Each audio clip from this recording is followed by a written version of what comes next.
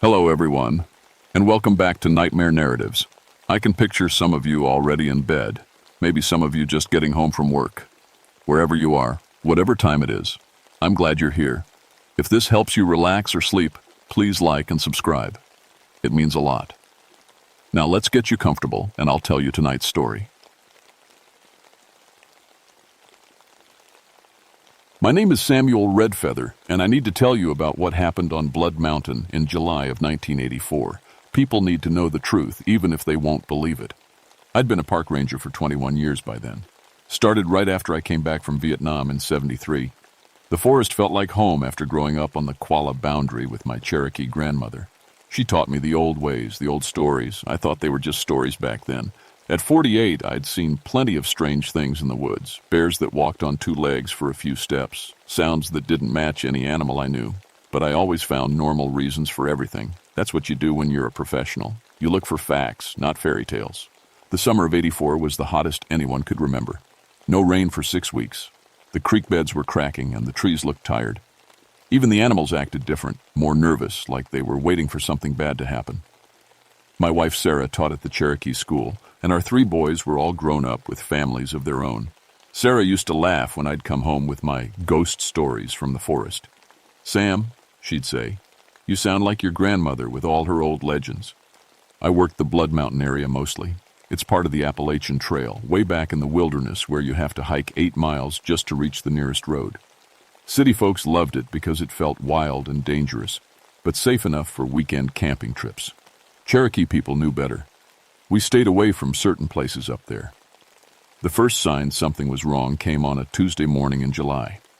I got a call about some missing hikers, a young couple from Atlanta who hadn't checked in when they were supposed to. Their families were worried sick.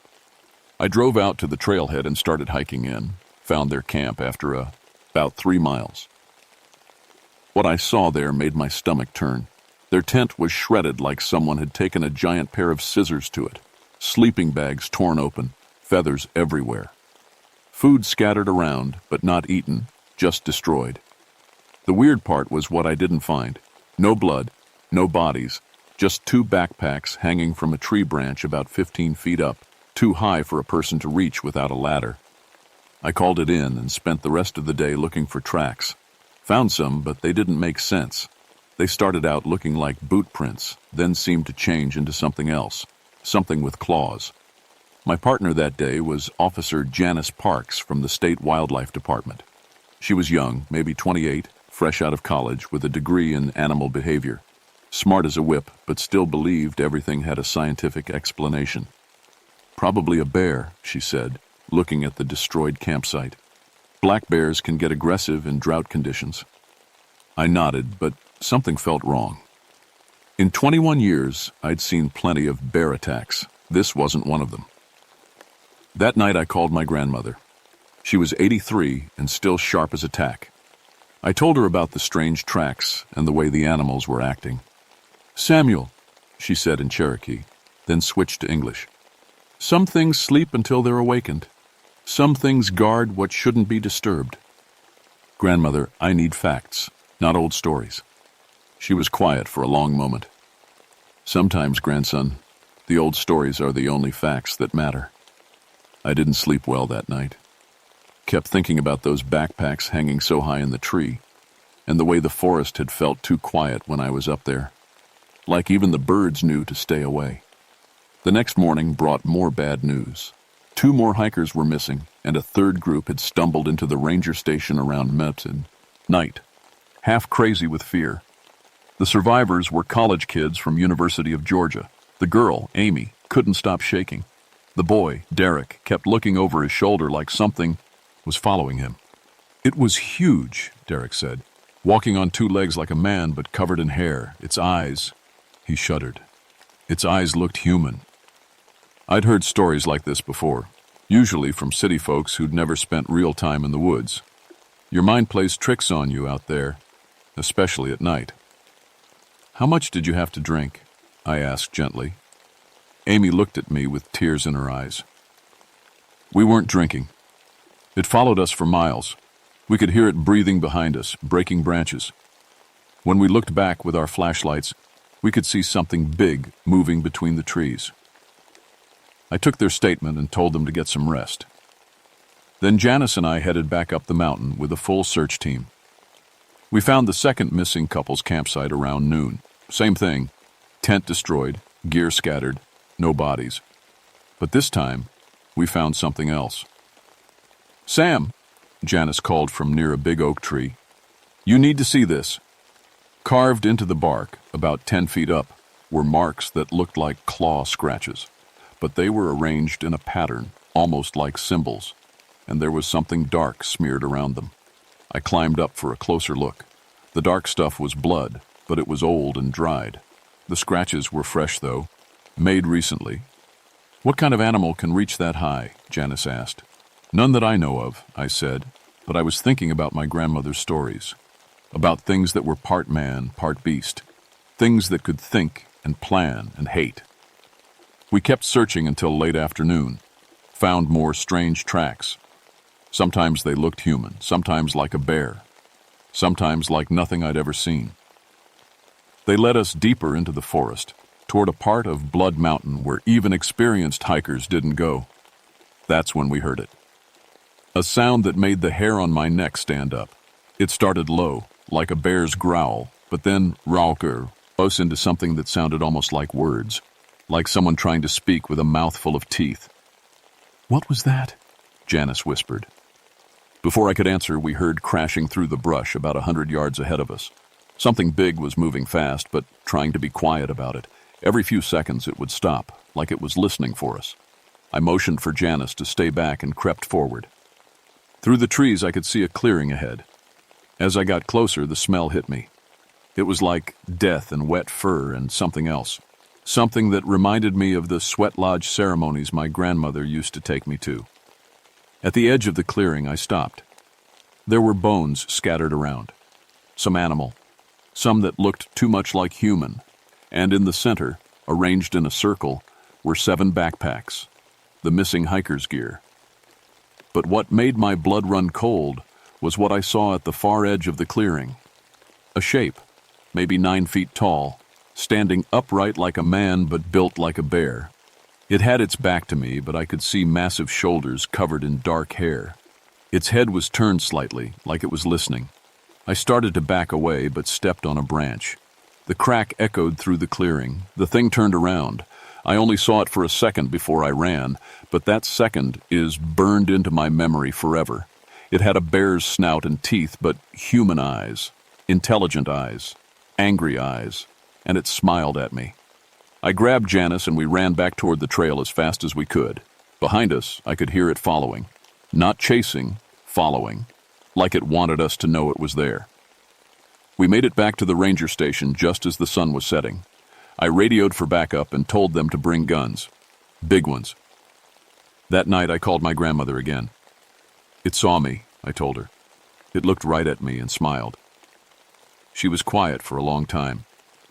Then, she said, "The Blood Mountain stalker is awake. Someone disturbed the old places. Someone who shouldn't have." "Grandmother, what are you talking about?" "There are things that guard our sacred places, Samuel. Things that were once men but chose to become something else to protect what's holy. They sleep until the sacred places are threatened. Then they wake up, hungry and angry." I wanted to argue, to tell her it was just a bear or maybe someone in a costume playing tricks. But I kept thinking about those human eyes in that bear's face. How do you stop something like that? You don't stop it, grandson. You appease it. You make things right again. The next morning brought the state police, the FBI, and more reporters than I'd ever seen in one place. Word had gotten out about the missing hikers, and everyone wanted answers I didn't have. Special Agent Martinez from the FBI took charge of the investigation. He was a city man in an expensive suit who clearly thought he was dealing with some hillbilly rangers who'd never seen a real crime scene. "Probably a serial killer using the wilderness to hide bodies," he said, looking at photos of the destroyed campsites. "Maybe someone with a trained bear or large dog." I kept my mouth shut about what I'd seen. Who would believe it? Janice and I were assigned to guide a full search team back to the clearing. 25 people with rifles, dogs, and enough firepower to stop a small army. I should have felt safer. Instead, I felt like we were walking into a trap. The dogs started acting strange as soon as we got close to the mountain. They whined and pulled backward on their leashes, refusing to follow the scent trail. Even the most experienced tracking dogs wouldn't go past a certain point. "Never seen anything like it," said Handler Stevens, who'd worked with police dogs for 15 years. "It's like they're scared of something up ahead." We found the clearing, but it was different now. The bones were gone, the backpacks were gone. Even the smell was different, or cleaner, like rain had washed it. But there had been no rain for weeks. Agent Martinez was not happy. "Someone's been tampering with evidence. Probably your serial killer covering his tracks." But I noticed something else. New marks on the trees around the clearing. The same claw symbols I'd seen before, but more of them, like a message written in a language I couldn't read. That afternoon, while the FBI team was setting up base camp, I hiked to the Cherokee burial mounds about 2 miles north of the clearing. My grandmother had told me they were there, hidden in a grove of old oak trees that the Cherokee considered sacred. What I found made my stomach drop. The burial mounds had been dug up. Recently. There were shovels and brushes scattered around, and several holes had been carefully excavated. A sign posted nearby read, "University of Georgia Archaeological Survey. Dr. Patricia Hensley, Department of Anthropology." Someone had been digging up Cherokee graves. I radioed back to base camp and told Agent Martinez what I'd found. 20 minutes later, Dr. Hensley arrived with 2 graduate students. She was a thin woman in her 50s with graying hair and dirt under her fingernails. "We have all the proper permits," she said defensively. "This is legitimate scientific research." "When did you start digging?" I asked. 3 weeks ago. We're documenting Cherokee burial practices from the 1700s. It's important historical work." 3 weeks. Right around the time the first hikers went missing. That night, the thing came to our base camp. I was on watch duty around 2 in the morning when I heard it. That same low growling that turned into almost words. It was circling our camp, staying just outside the light from our campfire. I woke Agent Martinez and the others. We all grabbed our guns and formed a circle, backs to the fire, facing out into the darkness. "Federal agents," Martinez shouted, "come out with your hands up." The growling stopped. For maybe 30 seconds, the forest was completely silent. Then it laughed. Not a human laugh, something deeper and wilder. But there was intelligence in it, like it understood what Martinez had said and found it funny. "Jesus Christ," whispered one of the state troopers. "What is that thing?" Branches cracked as something huge moved through the trees around us. We could hear it, but couldn't see it. Our flashlights showed nothing but trees and darkness. Then, from directly above us, a voice spoke. Deep and rough, but clearly words. "Go. Away. From sacred places." We all looked up, but the thing was gone. The next morning we found massive footprints in the soft dirt around our camp. They started at the edge of the firelight and circled our tents 3 times. Then they just stopped, like whatever made them had vanished into thin air. Dr. Hensley's graduate students packed up and left that day, said they didn't sign up for this kind of danger. Dr. Hensley herself looked pale and shaken, but insisted on continuing her work. "I'm not going to let some local folklore scare me away from legitimate science," she said. That was her first mistake. Her last mistake was going back to the burial mounds alone that evening to collect more artifacts. We found her the next morning, what was left of her. The thing had arranged her bones in a pattern around the largest burial mound, like it was sending a message. Her skull sat on top of the mound, facing toward our base camp. And carved into the old oak tree above it were fresh symbols, the same claw marks we'd been seeing everywhere. Janice threw up when she saw it. Agent Martinez called for backup and air support, but I understood what I was looking at. It wasn't random violence. It was justice, Cherokee style. Someone had desecrated sacred ground, and the guardian of that ground had woken up to set things right. That night, I called my grandmother one more time. "It's getting stronger," I told her. "More people are going to die." "Not if you do what needs to be done, Samuel." You know the old ways." Your grandmother taught you before she passed. I don't remember enough. I was just a kid during those ceremonies. Then you better remember fast, grandson, because that thing isn't going to stop until the sacred places are protected again, and it doesn't care how many people it has to kill to make that happen. The FBI brought in helicopters and thermal imaging equipment. They set up a perimeter around Blood Mountain and declared it a federal crime scene. Agent Martinez was convinced we were dealing with a domestic terrorist using psychological warfare tactics. But I knew better now, and I knew it was going to come for me next. You see, I'd been part of Dr. Hensley's archaeological survey. Not officially. She'd asked me about Cherokee burial sites 3 weeks ago, and I'd told her where to find the mounds. I thought it was legitimate research. I thought it would help preserve Cherokee history. Instead, I'd helped someone desecrate the graves of my ancestors. The thing knew. It had been watching, waiting, deciding how to punish everyone involved. Dr. Hensley was dead. The hikers who'd camped near the burial mounds were dead. And I was the ranger who'd given directions to the sacred places. I was next on its list. That afternoon, I left base camp and hiked alone to the burial mounds. I needed to see them for myself, to understand what we'd awakened. The site looked different now. The excavation holes had been filled in, like giant hands had pushed the dirt back where it belonged. The scattered bones and artifacts had been reburied. Even the grass was growing back. But in the center of the largest mound sat a skull. Not Dr. Hensley's. This one was old, maybe centuries old. And around it, stuck in the ground in a perfect circle, were 7 eagle feathers. I knew what I was looking at. A Cherokee shaman's grave. A medicine man's final resting pool. Lace.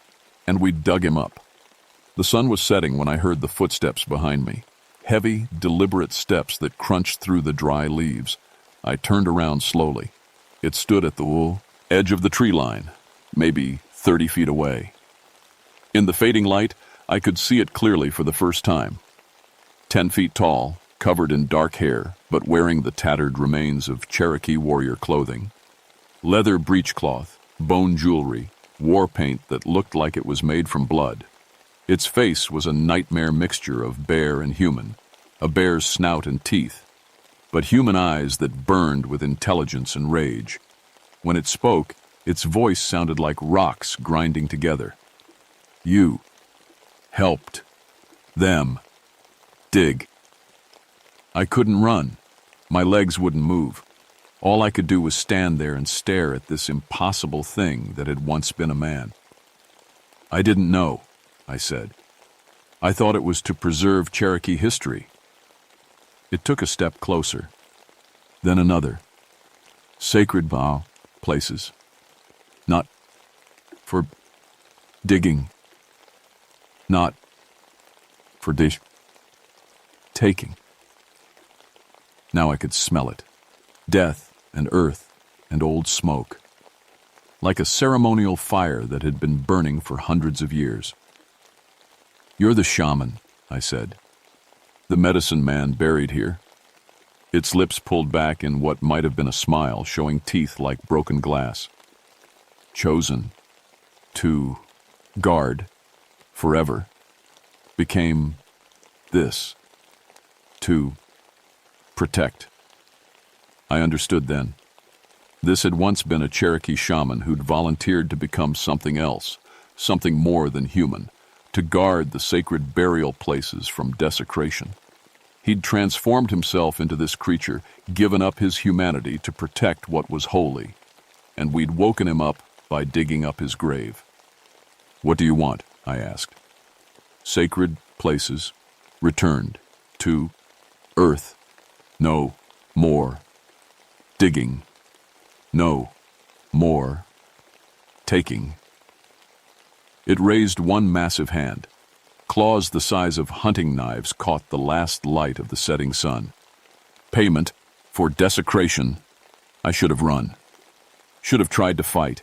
Instead, I did something my grandmother had taught me when I was 7 years old. I reached into my shirt pocket and pulled out my tobacco pouch. Real tobacco, grown the traditional way by Cherokee farmers on the reservation. The creature stopped moving. I opened the pouch and took out a pinch of tobacco. Held it up to the 4 directions, north, south, east, west, the way my grandmother had shown me. Then I placed it on the ground at my feet. "I offer tobacco to the guardian of the sacred places," I said in Cherokee. The words came back to me from ceremonies I'd attended as a child. "I ask forgiveness for the desecration. I promise the graves will be protected." The creature stared at me for a long moment. Then it threw back its head and howled, a sound that was part human scream, part animal roar. Birds exploded from the trees. In the distance, I could hear the FBI search team shouting in panic. When I looked back, the creature was changing. Its form seemed to shimmer in the twilight, becoming less solid, more like smoke. The bare features faded, and for just a moment, I saw the face of an old Cherokee man with kind eyes and deep lines around his mouth. "Guard them better," it whispered. Then it was gone. I stood there in the gathering darkness, holding my empty tobacco pouch, wondering if anyone would believe what had just happened. The next morning, Agent Martinez found me sitting by the burial mounds. I told him I'd fallen asleep on watch duty. He wasn't happy, but he had bigger problems. 3 more of his agents had disappeared during the night, and their equipment was found hanging from tree branches 30 feet in the air. "We're pulling back," he said. "This case is beyond federal jurisdiction." I nodded. I could have told him what really happened, but he wouldn't have believed it anyway. The FBI officially closed the case a month later. 7 hikers and 1 archaeologist killed by an unknown large predator, probably a rogue Beals, bear. The Blood Mountain Wilderness area was temporarily closed to the public for wildlife management purposes. Dr. Hensley's archaeological dig was shut down permanently. The university said it was out of respect for the victims, but I knew the real reason. The Cherokee Nation had filed an injunction to protect the burial sites, and no one wanted to fight that battle in court. I requested a transfer to permanent duty on Blood Mountain. My job now was to make sure no one disturbed the sacred places again. The Cherokee Tribal Council officially thanked me for protecting their ancestors' graves, though they never asked how I'd done it. My wife Sarah noticed the scars on my back where the creature's claws had barely missed my spine. I told her I'd fallen against a barbed wire fence during the search operation. She didn't believe me, but she didn't push for the truth either. Some things are better left alone. Janice Parks transferred to a desk job in Atlanta. She never talked about what we'd seen up there, but sometimes when we'd run into each other at ranger meetings, I'd catch her looking over her shoulder, like she was expecting something to follow her home. The scars on my back burn sometimes, usually during the full moon or when I hear stories about people disturbing Cherokee sites in other parts of Georgia. My grandmother always said the spirits were connected, that they communicated in ways we couldn't understand. I think she was right.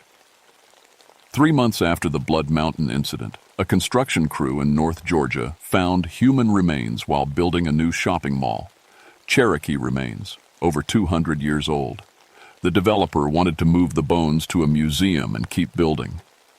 That night, my scars burned so hot I couldn't sleep.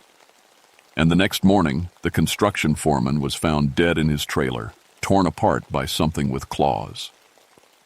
The shopping mall was never built. There have been other incidents over the years, always the same pattern. Someone disturbs Cherokee sacred sites, and something ancient and angry wakes up to protect them. The newspapers call them animal attacks or serial killer cases, but I know better. There's a whole network of guardians out there, sleeping until they're needed, Cherokee warriors who gave up their humanity to protect what's sacred. And they're still watching, still waiting. I'm 63 now, getting ready to retire. But before I do, I need to pass on what I've learned to the next generation of rangers. Someone needs to know the truth about the guardians, about what happens when sacred places are threatened. Someone needs to make sure the old agreements are kept, because every Cherokee burial ground, every sacred site, every place where our ancestors rest has a guardian. And if you wake them up, if you disturb what they're protecting, they won't stop until things are made right again. The Blood Mountain Stalker is still up there. I see its tracks sometimes after heavy rains, circles around the burial mounds where Dr. Hensley dug her holes, making sure everything stays where it belongs. And on quiet nights when the moon is full, You can still hear chanting coming from the sacred places on Blood Mountain. The voices of Cherokee ancestors singing the old songs, keeping the old ways alive. The Guardian is listening to those songs, waiting, ready to wake up again if anyone is foolish enough to disturb the sacred places where the Cherokee dead rest in peace. Don't be that person. Some things are better left alone.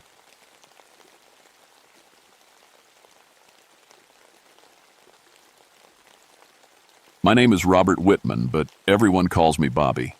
I've been a park ranger for 16 years now, and I thought I'd seen everything the wilderness could throw at me.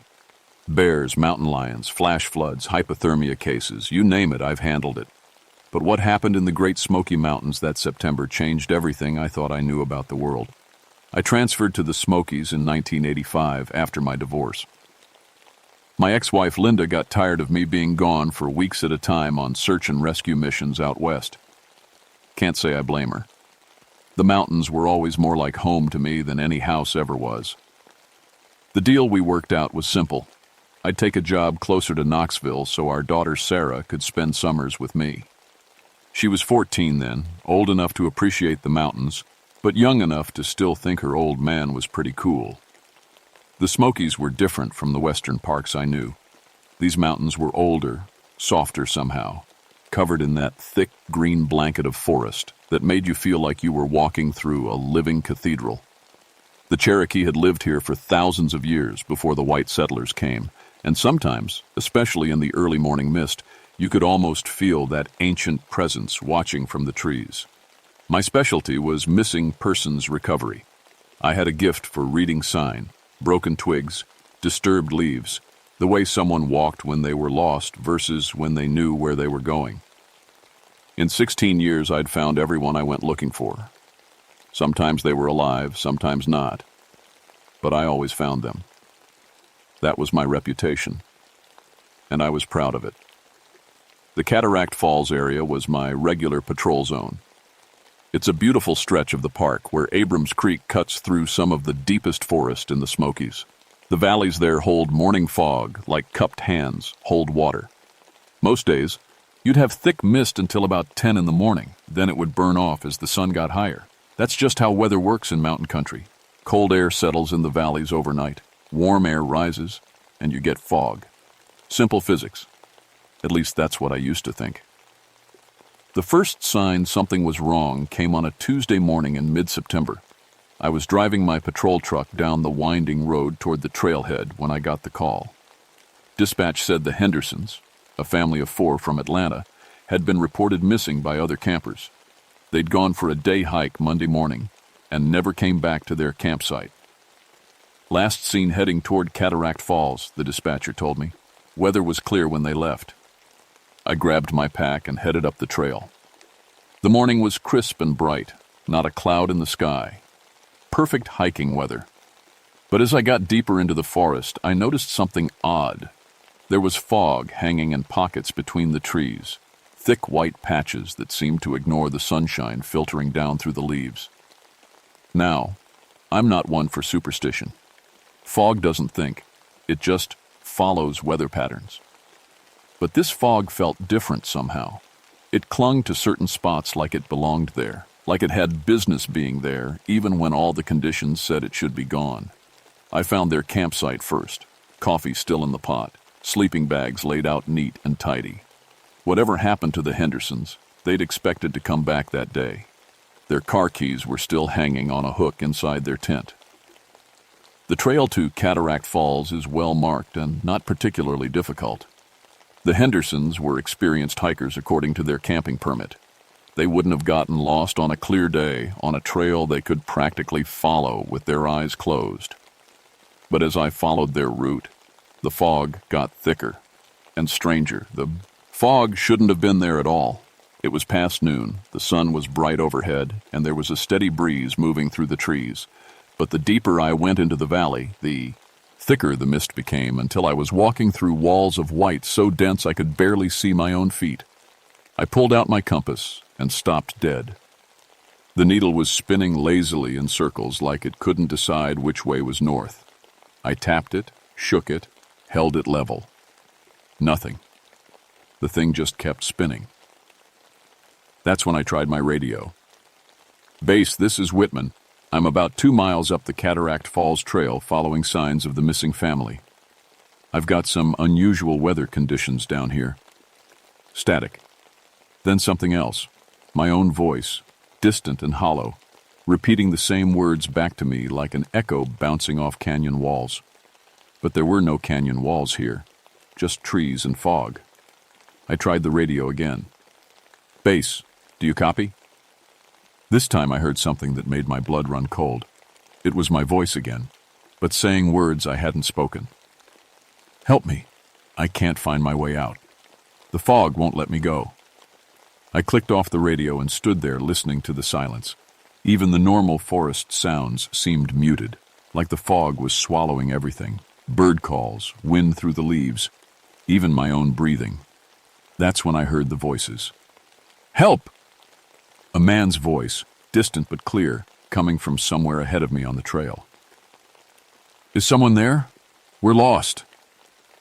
I moved toward the sound, pushing through fog so thick it was like walking through wet cotton. "This is Park Ranger Whitman," I called out. "Keep talking so I can find you." "Over here." A woman's voice this time, but it seemed to be coming from a completely different direction. "Please, our children are scared." I turned toward the woman's voice, but now the man was calling from behind me. "Don't leave us.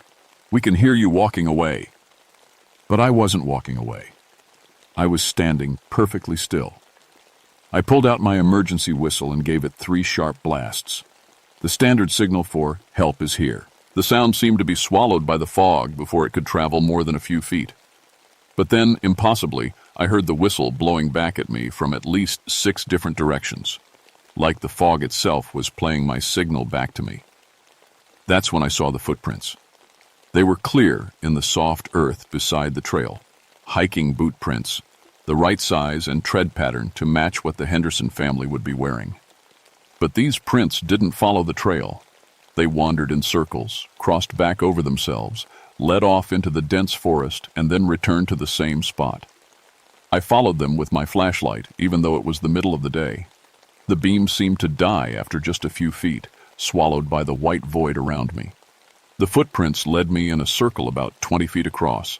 At the center of the circle, the earth was disturbed like someone had been digging or thrashing around. But that wasn't the worst part. The worst part was when I looked down and saw my own boot prints mixed in with the others. Fresh prints, still sharp-edged in the damp soil. Prints I didn't remember making. I looked at my watch. It was 4:17 p.m. That couldn't be right. I'd entered the fog around noon, and I'd only been walking for what felt like 20 or 30 minutes. But my watch had never been wrong before, and when I checked my backup timepiece, it showed the same thing. I'd lost over 4 hours, and I had no memory of where they'd gone. The voices started up again, closer now. "Ranger Whitman, we can see your light. Don't go away." But when I turned toward the voice, there was nothing there but more fog. And now I realized something that made my skin crawl. The voice calling my name sounded exactly like my own. I had to get out of there. Whatever was happening in that fog bank, it wasn't natural and it wasn't safe. I turned what I thought was back toward the trail, but after 10 minutes of walking, I was still surrounded by white. My compass was still spinning uselessly, and my GPS unit was showing impossible coordinates, numbers that would have put me somewhere in the middle of the Atlantic Ocean. Then I heard something that stopped me cold. It was my daughter Sarah's voice, thin and frightened, calling from somewhere in the white void around me. "Daddy, help me. I'm lost and scared. I can't find my way back." But Sarah was in school in Knoxville, 200 miles away. She couldn't be here. "Sarah?" I called out, hating myself for falling for whatever trick this was. "Sarah, where are you?" "I followed you into the fog, Daddy. Now I can't get out. Please don't leave me here." The voice was moving, circling around me in the mist. I spun in place, trying to follow it, my heart pounding against my ribs. Even knowing it couldn't really be her, I couldn't help myself. What if somehow she had come looking for me? What if she was really trapped in here? "Keep talking, baby," I called. "Daddy's coming." But as I moved toward her voice, I stepped on something that crunched under my boot. I looked down and saw bones. old yellowed bones scattered in the leaves. And there were more of them, forming a rough circle around a clear space in the fog. In that clear space I could see shapes moving, tall, shifting figures that looked almost human, but not quite right. They moved like smoke given form, and when they turned toward me I saw faces I recognized. The Henderson family, all four of them standing there in the fog, looking at me with empty eye sockets. The parents held the hands of their two children, and all of them were reaching toward me with their free hands. "Join us," Mr. Henderson said, though his mouth didn't move. "The fog is so comfortable. You'll never be lost again." I stumbled backward, crashing through the underbrush, branches tearing at my clothes and face. The Henderson family followed me, moving through the trees like they were made of mist themselves. Their voices echoed from all directions now, no longer pleading for help but whispering promises. "Stay with us, Ranger Whitman. The fog will take care of you. No more searching for lost people. You can rest now. Sarah is waiting for you. She's already here." I ran blindly through the white void, my flashlight beam dancing wildly across trees that appeared and disappeared like ghosts. Behind me I could hear them following. Not footsteps exactly, but a sound like wind through leaves, getting closer. My radio crackled to life. "Bobby, this is Patricia. Where are you? Your truck's been sitting empty at the trailhead for 6 hours. Patricia Quinn was another ranger, one of the few people in the park I trusted completely. We'd worked several search and rescue operations together, and she was as steady and reliable as they came. Hearing her voice was like grabbing a lifeline. "Patricia!" I gasped into the radio. "I'm trapped in some kind of fog bank. The Henderson family. They're dead, but they're still here. The fog won't let me leave." Static then. "Bobby, I don't know what you're talking about. There's no fog anywhere in the park today. It's been clear and sunny all afternoon." That stopped me cold. I looked around at the thick white mist surrounding me, so dense I could barely see my own hands. "Patricia, I'm telling you, I'm in the middle of a fog bank so thick I can't see 3 feet in any direction. Bobby, I'm looking right at the valley from Lookout Point. There's no fog. The whole area is clear." But even as she spoke, I could see shapes moving in the mist around me. More figures now, not just the Henderson family.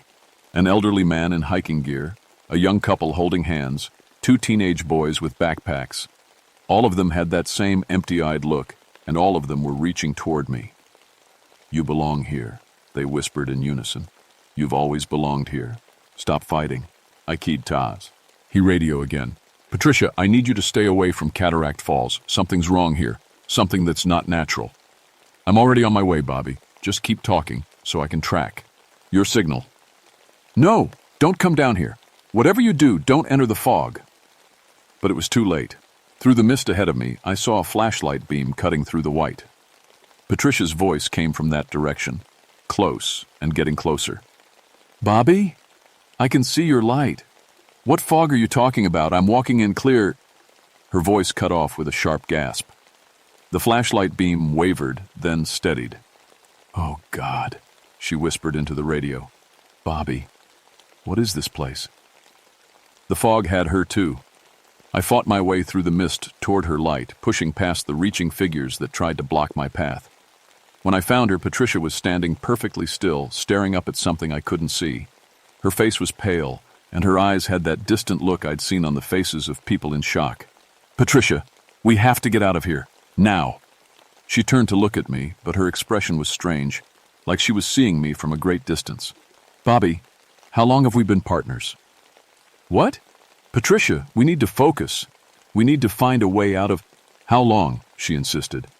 3 years, maybe 4. "Patricia, what does that matter?" "I've been walking in this fog for 3 years, she said quietly. "Calling your name, looking for you, but you were never there." The figures in the mist moved closer. I could see dozens of them now, maybe hundreds, men, women, children, all with that same empty-eyed stare, all reaching toward us with pale, translucent hands. And in the center of them all, something else was taking shape. Something tall and shifting, made of fog and shadow and malice. It had almost human features that kept changing, reforming themselves like smoke in the wind. When it spoke, its voice was like the sound of wind through dead leaves. I am the keeper of the thin place, it said, the guardian of the boundary between your world and the Nightland. These people wandered too far from the safe paths. Now they serve me, and you will too. The thing that had been Patricia stepped closer to me. It's not so bad, Bobby. You don't have to search anymore. You don't have to lose people. Everyone you've ever looked for is here. I backed away from her, from all of them. You're not Patricia. Patricia wouldn't give up. She'd fight. I am Patricia, she said sadly. I'm just tired of fighting. Aren't you tired too? The fog creature laughed, a sound like branches breaking in a storm. She came looking for you, Ranger Whitman, just as you came looking for the lost family. Just as they came looking for their missing son, who wandered off the trail last month. The fog calls to those who search, and it never lets them go. More shapes were moving in the mist now. I recognized some of them from missing person reports over the years, cases that had gone cold, people who had simply vanished without a trace in the mountains.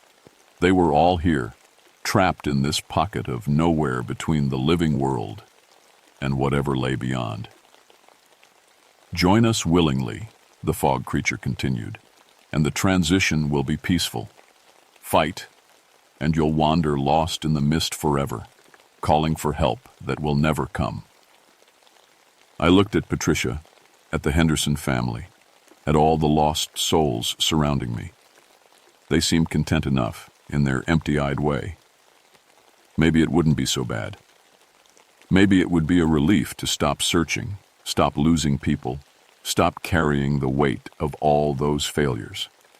But then I heard something that changed everything. A helicopter.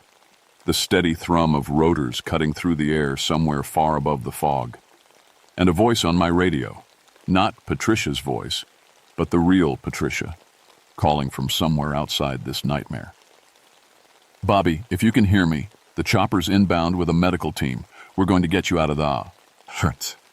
The fog creature's features twisted with rage.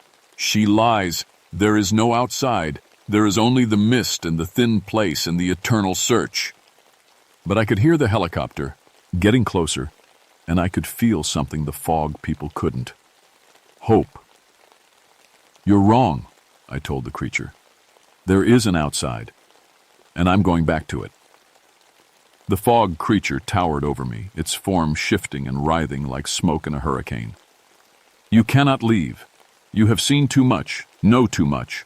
The boundary must be protected. Protected from what? I demanded, backing away from the reaching hands of the lost souls. You're the one doing the killing here. I kill no one, the creature hissed. I simply collect those who stray too far from the safe paths, those who ignore the warnings, who think they know better than the ancient wisdom. The Cherokee understood. This valley is a doorway, a place where the world of the living touches the Nightland. I guard that door. The helicopter sound was getting louder now, but the fog seemed to be thickening in response, pressing down like a heavy blanket. Through my radio, I could hear Patricia, the real Patricia, coordinating the rescue effort. We've got his GPS coordinates locked in. Thermal imaging shows a large warm mass about 50 yards north of the creek bend. But there's something strange. The infrared is showing a massive cold spot right around his position. The fog creature laughed. Your technology cannot penetrate the thin place. Your rescuers will find nothing but empty forest. But even as it spoke, I felt a change in the air pressure. The helicopter was directly overhead now, and the downdraft from its rotors was starting to disturb the fog. Thin tendrils of mist began to swirl and dissipate. The lost souls around me suddenly looked panicked. They pressed closer, grabbing at my clothes and equipment. Don't leave us, Patricia's fog double pleaded. If the mist goes away, we'll have nowhere to exist. We'll be truly dead. The fog creature roared with fury as more of the mist was blown away by two. The helicopter's rotors. I will not be denied. You will stay, or I will drag your world into the Nightland. The ground beneath my feet began to shift and change. Where there had been forest floor, now I could see through to somewhere else. a dark, twisted landscape under a starless sky. The Nightland, the place where the dead things waited. And rising up from that dark realm, I saw more fog creatures, dozens of them, reaching upward toward our world. "The boundary is weakening," the first creature said, its voice now desperate rather than commanding. "Too many have crossed over. Too many doors have been opened. If I cannot keep you here to strengthen the barrier, then the barrier must fall completely." I understood then. This wasn't just about collecting lost hikers. The fog creature was trying to maintain some kind of balance, keeping the world of the dead from spilling over into the world of the living. But something had gone wrong. Maybe too many people had died here. Maybe the boundary was naturally weakening. Whatever the case, the creature's solution was to trap people in the fog, using their life force to reinforce the barrier between worlds. But that solution was killing innocent people. The helicopter's downdraft was creating a clear space around me now, pushing back the fog and revealing the normal forest beyond. Through the trees, I could see Patricia, the real Patricia, rappelling down from the chopper with a rescue harness. "Bobby," she called, "grab the line." But as I reached for the rescue line, the ground beneath my feet gave way completely. I found myself falling through the weakened boundary between worlds, tumbling down into the cold darkness of the Nightland. The fog creature fell with me, its form becoming more solid and terrifying as we entered its native realm. We landed hard on black stone that felt like ice. Above us, I could see the open, back to the living world, with Patricia's worried face framed in the gap. But between us and escape, dozens of fog creatures were rising from the shadows, all of them focused on me. "You have brought the weakness with you," the first creature said. "Now you will see what happens when the boundary fails completely." The creatures began to flow upward toward the opening, ready to spill into the living world and claim it for the Nightland. I could see Patricia at the edge of the gap, trying to throw me another line, not understanding that she was about to be overrun by an army of the dead. But then I remembered something my Cherokee friend Joe Crowfeather had told me once, back when I first came to work in the Smokies. "The old places have their own rules," he'd said. "Respect them, and they'll protect you. Fight them, and they'll destroy you. But if you can find the balance, sometimes you can work with them." Balance. That was the key. "Wait!" I shouted to the fog creature. "You don't have to choose between trapping people and letting the boundary fail. There's a third option." The creature paused, its glowing eyes fixed on me. "What option?" "The boundary weakens with every death and strengthens with every soul I claim. There is no middle path." "Yes, there is," I said, pulling out my park ranger badge. "Let me help you. Let me be the guardian on the living side. I'll keep people away from the dangerous areas, mark the thin places, warn them about the fog. You won't need to trap anyone if no one gets lost in the first place." The creature considered this. Around us, the other fog beings waited in silence. "You would become my partner in protecting the boundary? Warning the living away from the places where they might accidentally cross over?" "Yes," I said. "But you have to let the people you've already trapped go free. All of them. They didn't choose to be here, and keeping them is making the boundary weaker, not stronger." Above us, Patricia was shouting something about the fog dissipating, about being able to see into some kind of cavern, the helicopter. Her pilot was trying to hold position despite the strange thermals rising from the opening between worlds. The fog creature looked at me for a long moment, then nodded slowly. "It is acceptable. But know this, guardian of the living side. If you fail in your duties, if people continue to cross over despite your warnings, the old way will return. I will claim them all." "Understood," I said. "Now let them go."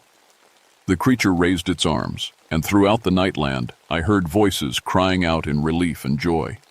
The lost souls were being released, sent back to whatever afterlife waited for them beyond this in-between place.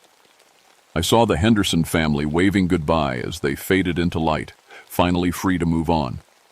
Above us, the opening back to the living world began to close, but slowly enough for me to climb the rescue line Patricia had lowered. As I hauled myself up toward the light, the fog creature called after me. Remember your promise, Guardian. The thin places must be protected. I won't forget, I called back. And I meant it.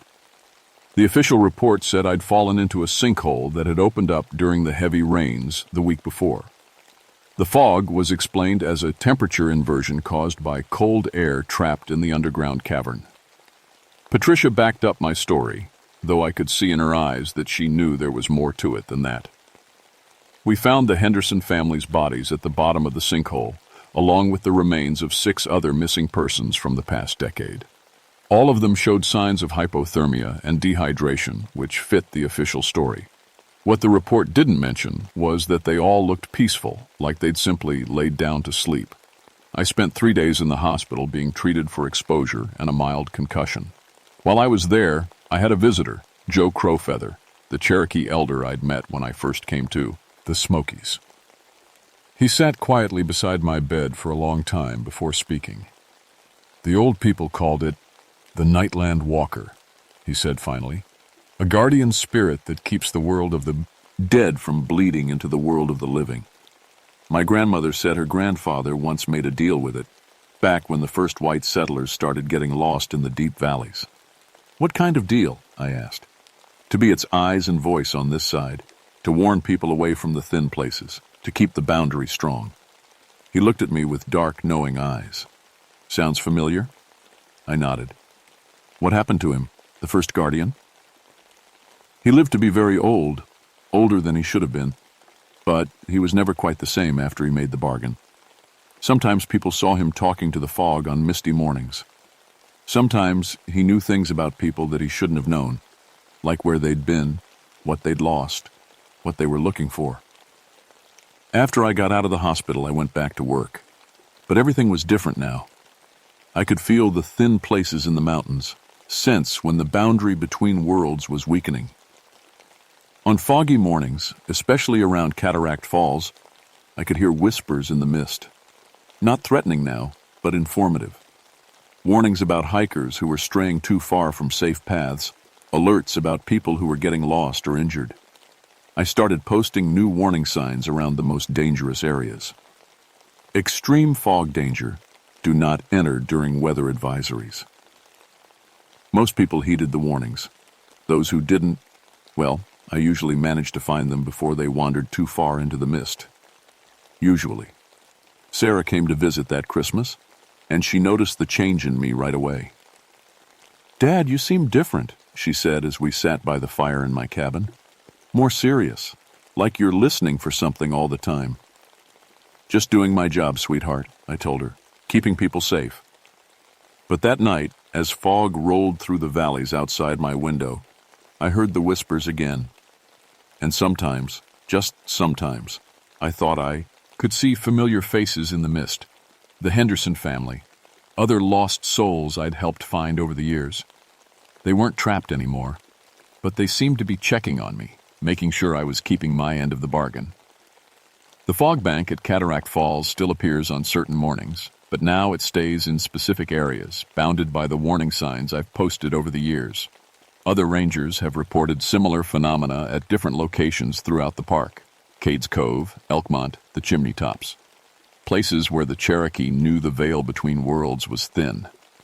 I've been the guardian for 38 years now, and I'm getting old.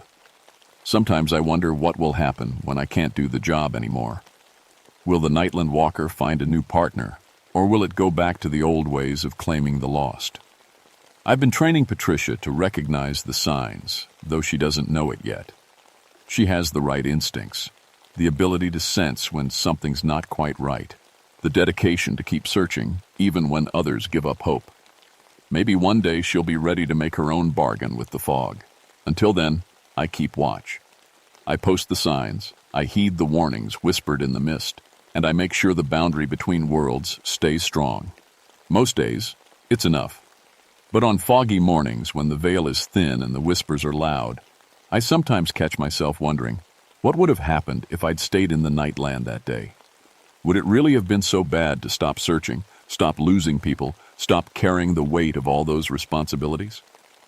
Then I remember Sarah's laugh, Patricia's steady competence, the faces of all the people I've helped find their way home over the years.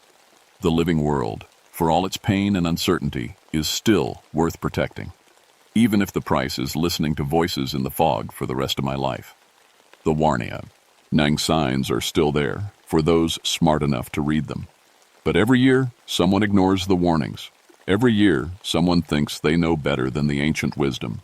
And every year, I have to hope I can reach them before the fog does.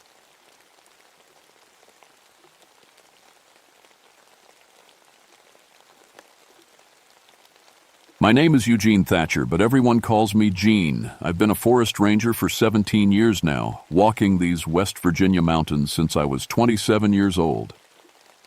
Back then, I was supposed to be a coal miner like my daddy and his daddy before him. That was the plan until the doctors told me my lungs were already showing black spots.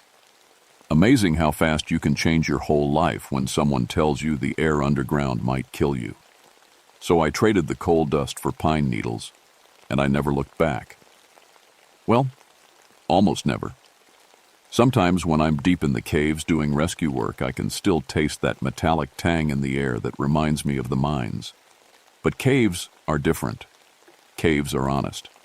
They don't pretend to be safe when they're not. It was late October 1969 when everything changed.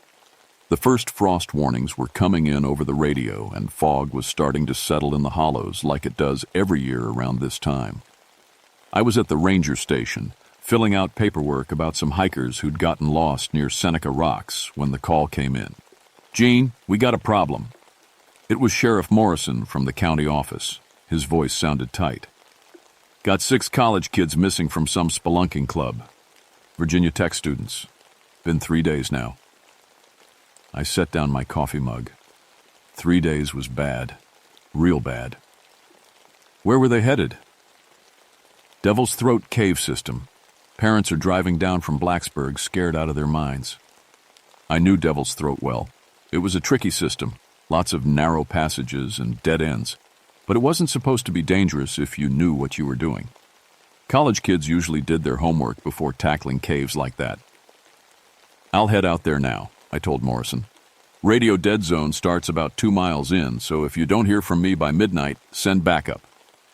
The drive to Devil's Throat took 40 minutes on winding mountain roads. When I got there, I could see their cars parked at the trailhead, 2 beat-up Volkswagen Bugs with Virginia plates. Someone had left a cooler on one of the picnic tables, and it was still half full of sandwiches and beer. The bread was getting moldy. I grabbed my gear from the truck: headlamp, extra batteries, rope, first aid kit, emergency flares.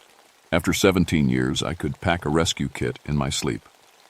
The October air was crisp and clean, with that smell of dying leaves that always makes me think of my daughter. She used to collect the red ones when she was little, before she went to live with her aunt in Charleston after her mother passed.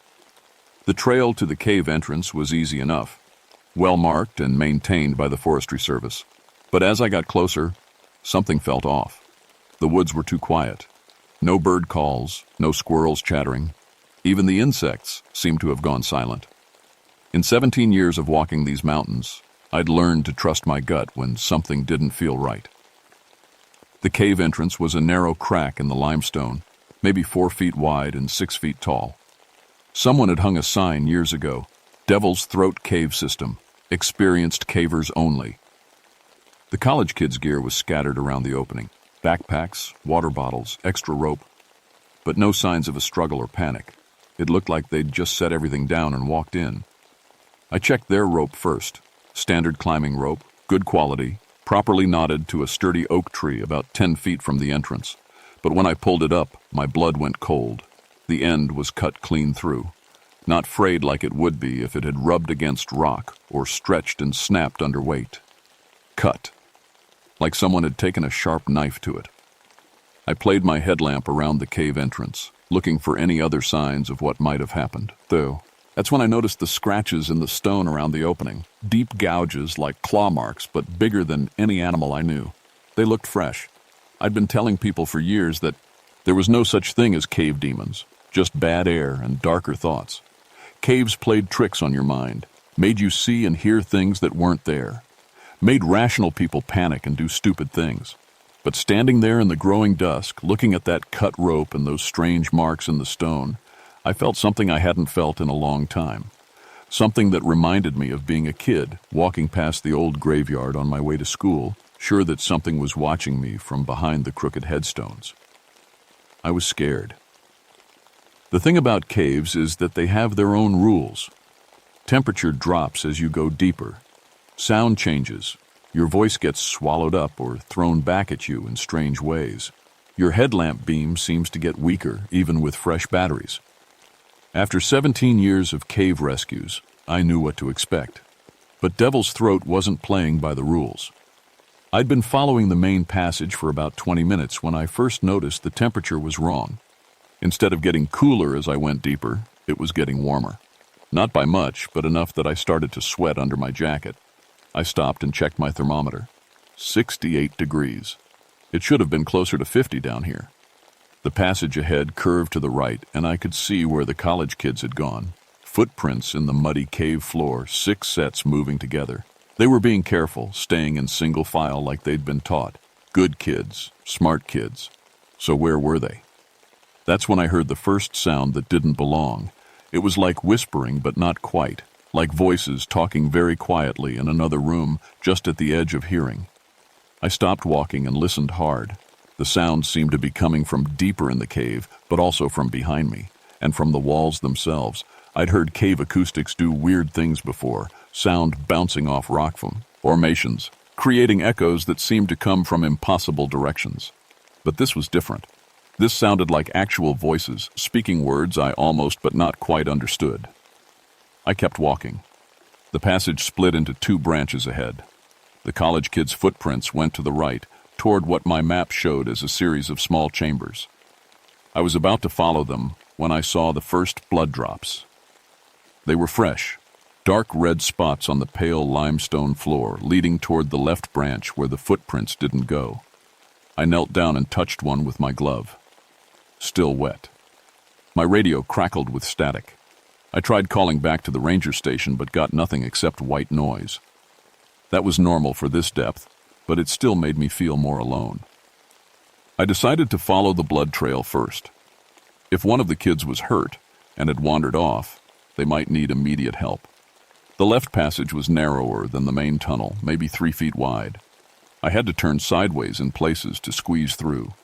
The blood drops continued for about 50 yards, then stopped.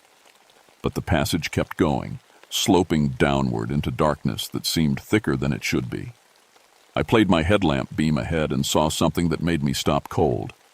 The cave walls were covered with scratches, not random gouges like you'd see from water erosion or animal claws. These looked deliberate, purposeful, like writing but in no language I'd ever seen. The symbols were deep, carved into the limestone with something sharp and strong, and they were definitely not ancient. Some of them still had white stone dust around the edges. I heard the whispering again, louder this time, and now I could almost make out words. They sounded like Cherokee, the native language I'd heard spoken by some of the older folks in town. My grandmother used to tell stories about the Cherokee who lived in these mountains before the white settlers came. Stories about sacred places that should never be disturbed. "Ain't no such thing as cave demons," I said out loud, just to hear my own voice. But it came out as more of a whisper. I backed out of the narrow passage and returned to follow the college kids' trail. The right branch opened up into a larger chamber, about 20 feet across, with a high ceiling that disappeared into darkness above my head. This was where the footprints ended.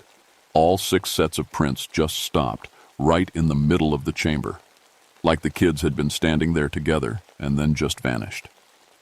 I walked around the chamber looking for any other exits. There were 2 more passages leading out, but no footprints in either direction. No signs of a struggle. No more blood. Nothing. That's when I noticed my headlamp was getting dimmer. I checked the battery level, still full charge. I tried my backup light, same thing. The beams seemed to be getting absorbed by the darkness instead of pushing it back. My compass was spinning wildly, needle jumping from north to south to west like it couldn't decide which way was which. Underground magnetic interference wasn't uncommon, but this was extreme. I heard footsteps behind me. I spun around, heart pounding, and saw nothing. The chamber was empty. But I could have sworn I heard someone walking across the stone floor. Heavy boots, moving slow and deliberate. "Hello?" I called out. "Anyone there?" The whispers stopped. Complete silence, except for my own breathing and the sound of blood rushing in my ears. Then I heard a voice, clear as day, speaking English with a thick Cherokee accent. "You should not be here, roofmaker's son." The voice seemed to come from the walls themselves, echoing from every direction at once. And it knew my name. Thatcher means roofmaker in the old language. I pulled out one of my emergency flares and lit it. Red light filled the chamber, pushing back the darkness that my headlamp couldn't seem to touch. In the flickering glow, I saw something that made my blood freeze. There were shapes in the walls. Human shapes, like people pressed into the stone itself. I could see faces, arms reaching out, mouths open in silent screams. The college kids, all 6 of them, trapped inside the solid rock like insects in amber. And they were still moving. I dropped the flare and ran. I'm not proud of it. 17 years of training, 17 years of staying calm in dangerous situations, and I ran like a scared kid. But seeing those faces in the stone, seeing them move and try to speak, broke something in my brain that wouldn't get fixed for a long time. I made it about 50 yards back toward the main passage before I forced myself to stop. Running in a cave is how people die. One wrong step, one loose rock, and you're at the bottom of a pit with a broken leg, waiting for someone who might never come. I took deep breaths and tried to think. What I'd seen wasn't possible. People don't get absorbed into solid rock. It had to be shadows or some kind of optical illusion caused by the flare light. Caves played tricks on your eyes all the time, but those faces had been moving. I heard voices coming from behind me, back toward the chamber. Multiple voices, talking and laughing like a group of friends on a hiking trip. Young voices, college kids. "Hey, did you see that?" A girl's voice, excited and happy. "Look at these formations, this is incredible." A boy, probably the geology student in the group. "Wait up, guys, my light's acting weird." Another girl, a little worried. They sounded so real, so normal. But I knew the chamber was empty. I'd just been there. Unless the kids were still alive somehow, still trapped in the stone, and what I was hearing were their voices from when they first entered the cave 3 days ago. Like an echo that had gotten caught in the rock and was finally finding its way out. I started back toward the chamber, moving, slow and quiet. Maybe I'd been wrong about what I'd seen. Maybe the kids had found another way out, and what I'd thought were faces in the wall were just natural rock formations that looked like people in the flare light. But as I got closer, the voices changed. They went from happy and excited to confused and scared. "Where's the entrance?" The girl's voice, not happy anymore. "We came from that direction, didn't we?" The boy, uncertain. "Guys, something's wrong. The passage we came through, it's not there anymore." The second girl, definitely scared now. "That's impossible. Caves don't just change." But the boy sounded scared too. I reached the chamber entrance and stopped. The voices were coming from inside, clear and close. But when I looked in, the chamber was empty. Just bare stone and the scattered remains of my dropped flare. "Hello?" I called out. The voices stopped instantly. Complete silence. I lit another flare and stepped into the chamber. The red light showed the same scene as before, the walls covered with fresh carved symbols, and the shapes pressed into the stone. But this time I made myself look closer. The faces were definitely human. 6 college-age kids, 5 boys and 1 girl, trapped in the limestone like they'd been pushed into wet cement that had hardened around them. Their eyes were open, looking at me. Their mouths moved like they were trying to speak. One of them was wearing a Virginia Tech sweatshirt. I walked closer to the wall, holding the flare up. The girl's face was right at eye level, pressed against the stone surface like she was looking through a window. She was pretty, with long brown hair and freckles. She looked terrified. Her mouth moved, and I heard her voice, faint and hollow. like it was coming from very far away. Help. Us. That's when I noticed my watch had stopped. The hands were frozen at 3:17, even though I'd wound it that morning, and it had been working fine when I entered the cave. I couldn't remember what time it had been when I first heard the voices. The flare was burning down. In a few seconds, I'd be back in the darkness with nothing but my failing headlamp. I pulled out another flare, but before I could light it, I heard footsteps again. Slow, heavy boots walking across stone. This time, I saw who was making them. A man stepped out of the shadows at the far end of the chamber, but he wasn't quite a man. He was too tall, maybe 7 or 8 feet, and his skin looked like it was made of the same gray limestone as the cave walls. His eyes glowed with a dim red light, like embers in a dying fire. He wore the remains of what might have been Cherokee clothing from centuries ago, but it was fused with the stone, part of his body now. When he moved, I could hear rocks grinding against each other. "You should not have come here, Roofmaker's son." His voice was like stone scraping against stone. "This is sacred ground. The bones of my people rest in the deep chambers. They were disturbed by the Thunderbringers, the ones who shook the earth with their fire powder." I wanted to run again, but my legs wouldn't move. The thing that had once been a man walked closer, each footstep echoing through the chamber like a hammer hitting an anvil. "The young ones who came before you, they carried the same metal tools, the same thunder powder. They sought to map the sacred chambers, to bring others who would disturb the sleep of the dead." He gestured toward the wall where the college kids were trapped. "Now they guard the entrance to the sacred places, as you will guard, Roofmaker's son." He reached out with one stone hand toward my face. Where his fingers touched the air, I felt cold that burned like fire. The cave wall behind me started to soften, like clay in the rain. In a few seconds, I would be part of the stone, just like the college kids. Trapped forever, still conscious, still aware, but unable to move or speak, except when this thing allowed it. The Chero. Key stories my grandmother used to tell came flooding back to me. Stories about spirits that protected sacred burial grounds. Spirits that could control the earth itself, that could make stone flow like water. The Hollow Keeper. That's what the old-timers called him, the guardian of the deep places. My flare burned out and everything went black. In the darkness, I heard my own voice screaming. I woke up face down on cold stone, my mouth full of limestone dust and the taste of blood. My headlamp was dead, but I could see a faint red glow coming from somewhere deeper in the cave. I felt around until I found my flashlight. When I clicked it on, the beam was weak but steady. I was still in the chamber, but something had changed. The wall where the college kids had been trapped was smooth now, like it had never been disturbed. But I could hear them, their voices muffled and distant, coming from somewhere behind the stone. My watch was working again. 9:43 p.m. I'd lost over 6 hours with no memory of what had happened. The last thing I remembered was that stone hand reaching for my face.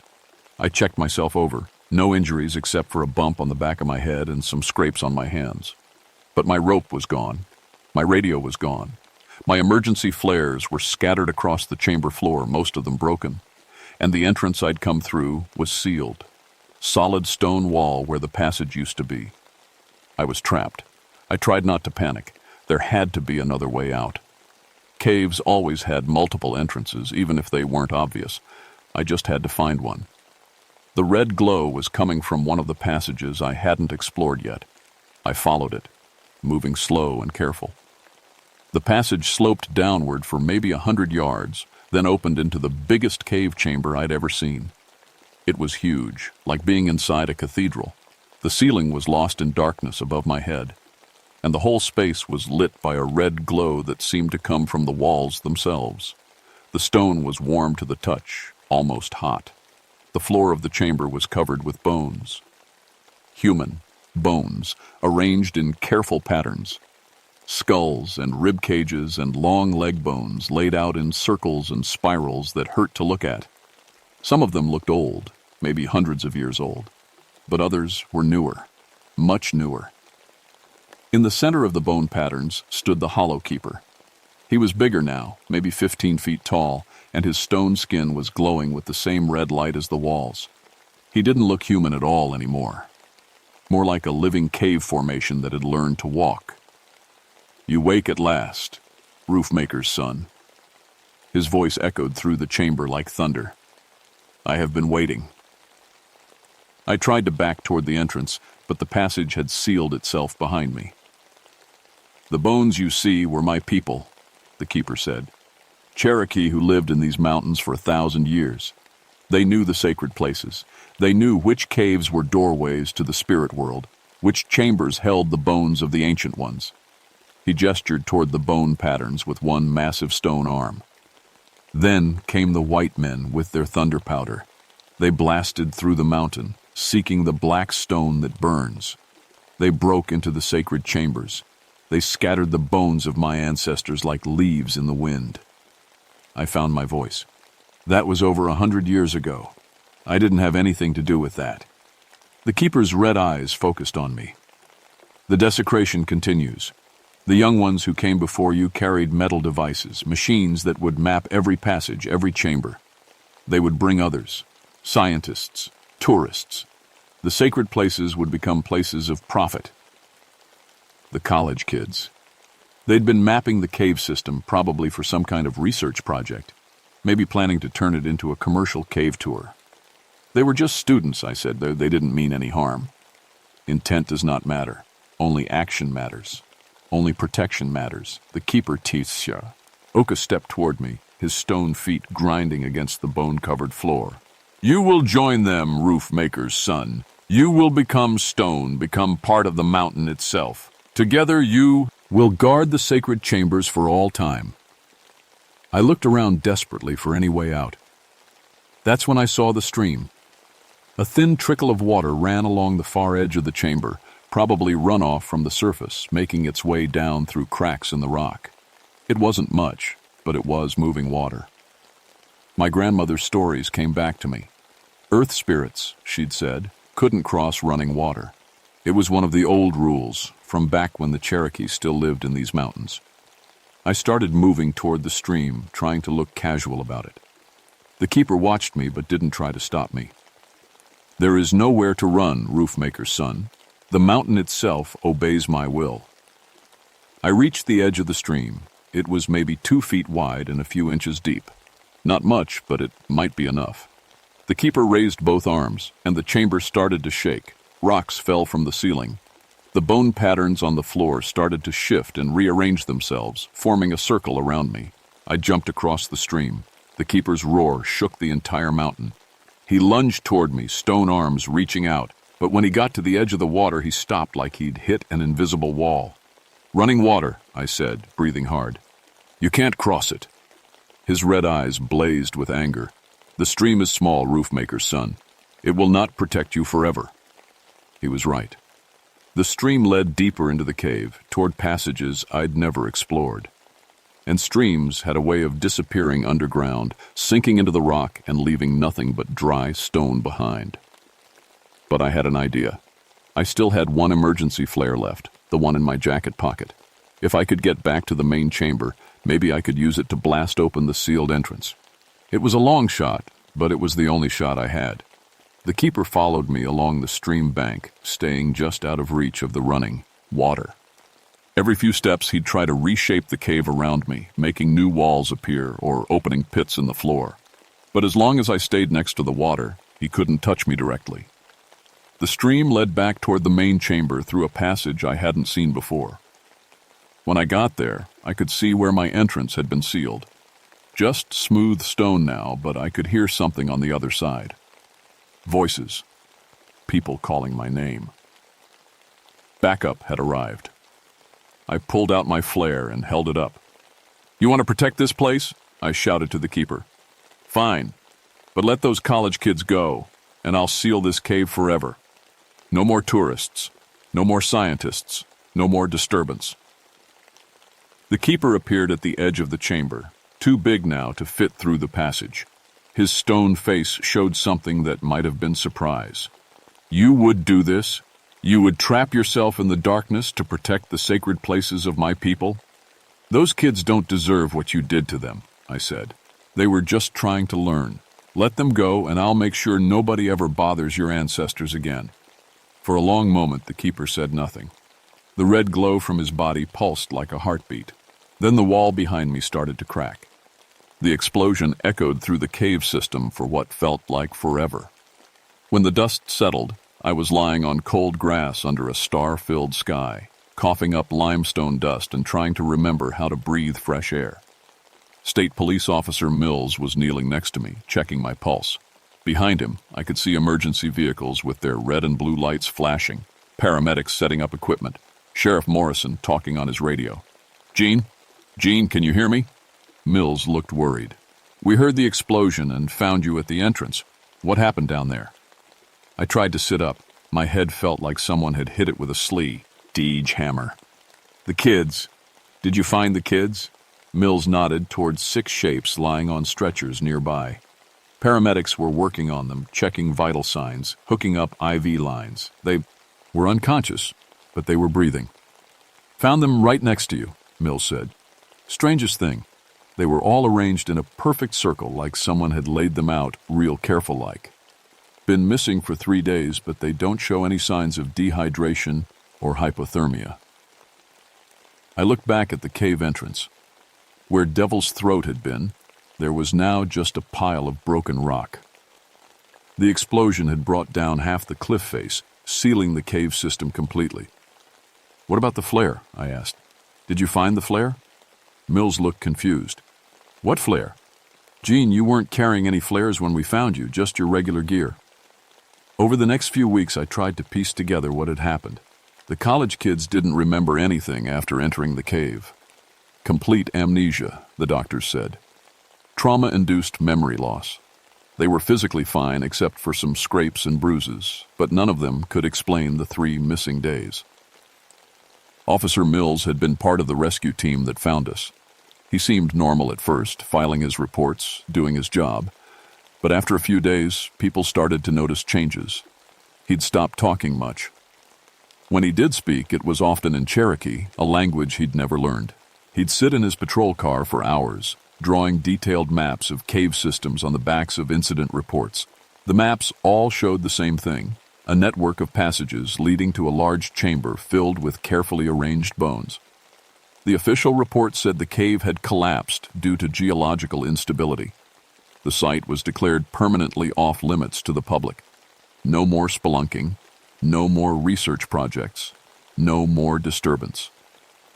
I requested a transfer to surface duties only, told my supervisor I'd developed claustrophobia after the accident. It wasn't entirely a lie. Every time I thought about going underground, I could hear that stone voice echoing in my memory. You will become stone, become part of the mountain itself. But the real reason I couldn't go back into caves was what I'd learned about myself in those dark hours. When it came down to it, when I had to choose between my own life and doing what was right, I'd made the right choice. The keeper had honored our bargain. The sacred places would stay protected, and the college kids got to go home to their families. Sometimes, late at night, when the wind is blowing through the mountains, I think I can hear drums echoing from the direction where Devil's Throat used to be. Cherokee drums, playing the old songs for the bones that rest in the deep places. And sometimes, when the moon is full and the mountain is quiet, I swear I can see symbols appearing in the new tree growth around the sealed cave entrance. Symbols carved deep in living bark, in the same strange language I'd seen scratched into the limestone walls. The Hollow Keeper is still there, still guarding the sacred chambers, still making sure the bones of his people rest in peace. Officer Mills retired early on medical grounds. Last I heard, he'd moved up to the reservation near Cherokee, North Carolina. The tribal council there hired him as a cultural consultant, helping to identify and protect sacred sites throughout the Appalachian Mountains. He speaks fluent Cherokee now, they tell me. Better than most of the folks who grew up with it. I never went back to Devil's Throat. But sometimes other rangers report strange things from caves throughout the forest. Passages that seem to change direction, rock formations that look almost like faces, whispers in languages that died out centuries ago. The mountains are old, and they remember everything. The Cherokee knew that. They understood that some places aren't meant for the living, that some secrets are worth protecting no matter what the cost. I understand it now too. My name is Eugene Thatcher, and I've been a forest ranger for 21 years. I tell people there's no such thing as cave demons, just bad air and darker thoughts. But I know better now. Some hollows are deeper than others, and some keepers never sleep.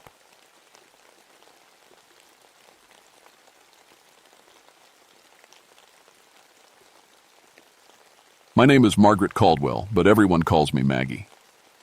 I've been a park ranger at Shenandoah National Park for 18 years now, and I thought I'd seen everything these mountains could throw at me. Bears, lost hikers, flash floods, even a few crazy people who thought they could live off the land with nothing but a pocket knife. But I was wrong. Dead wrong. It was November 1975, and the trees were bare as bones. The sky had been gray for weeks, pressing down on the mountains like a heavy blanket. I was working the Old Rag Mountain area, covering about 40 square miles of backcountry all by myself. That's how I liked it. At 43, I'd given my life to these mountains. Never married, no kids. My sister in Richmond thought I was crazy, living alone in a cabin, spending my days walking trails that most people never see. "You need to get out more, Maggie," she'd say every time she called. "Meet someone nice, have a normal life." But this was my normal, and I loved it. The trouble started with the Hendersons, a young couple from Baltimore who'd been backpacking the White Oak Canyon Trail. They stumbled into the ranger station 3 days early, looking like they'd seen a ghost. "Something was following us," Mrs. Henderson kept saying. She couldn't stop shaking, even with a hot cup of coffee in her hands. "In the shadows, always in the shadows." Her husband wasn't much better. We'd set up camp, get everything perfect, then wake up to find our gear moved around. Not stolen, just arranged different, like someone was playing with us. I'd heard stories like this before. The woods can play tricks on your mind, especially when you're tired and the light starts failing. "Shadows can look like a lot of things," I told them, using my calmest voice. "Your eyes get tired, your brain fills in the blanks. Shadow people are just tricks of light and tired eyes. But they had pictures, Polaroids from their trip." Mr. Henderson spread them out on my desk with shaking hands. "Look at these. Really look." I did, and my coffee went cold in my mouth. In every single photo, there were dark shapes that didn't belong. Not tree shadows or rock shadows, but human-shaped darkness standing where no person should be. Behind their tent, next to the waterfall, even right beside Mrs. Henderson in one shot, though she was alone when the picture was taken. "These are just camera problems," I said, but my voice sounded hollow even to me. "Double exposure, maybe." They left that afternoon, and I filed their report under unusual wildlife sightings, which was our code for things we couldn't explain but didn't want to write up officially. But I couldn't get those photos out of my head. 2 days later, I got a call from Jim Peters, one of the part-time rangers who worked weekends. His voice was tight with worry. "Maggie, I need you to come to mile marker 12 on Skyline Drive. Right now." "What's wrong?" "Just come, and bring the first aid kit." I found Jim standing next to a man who was sitting on a rock, staring at nothing. The man looked about 60 years old, with completely white hair and skin like paper. But according to his driver's license, he was only 28. "Found him this morning," Jim whispered. "Solo hiker. Left his car at the trailhead yesterday. He was supposed to be camping one night. Easy trip." The man, his name was David Walsh, wouldn't speak, wouldn't look at us. Just sat there staring at his hands like he'd never seen them before. His pupils were huge, black circles that didn't change even when I shined a flashlight right in his face. "David," I said gently, "can you tell me what happened?" For a long moment, nothing. Then, in a voice like dry leaves, "It took my shadow." I looked down. David Walsh was sitting in full sunlight. And he cast no shadow at all. That's when I called Dr. Ellis, the park psychologist who came in once a week to help visitors who'd had accidents or panic attacks in the wilderness. He was a good man, smart and calm, with kind eyes behind wire-rimmed glasses. If anyone could help David, it was him. "I've never seen anything like this," Dr. Ellis told me after examining David. We were standing outside the ranger station while David sat inside, still staring at nothing. It's like someone took 25 years of his life and crumpled them up overnight. "What about the shadow thing?" Dr. Ellis looked uncomfortable. "Could be a side effect of whatever traumatized him. The mind can play strange tricks when it's trying to protect itself from something too awful to remember." But I'd looked real careful. David Walsh had no shadow, not even the faintest outline. That night, I couldn't sleep. Every time I closed my eyes, I saw those photos from the Hendersons. Dark shapes that shouldn't exist.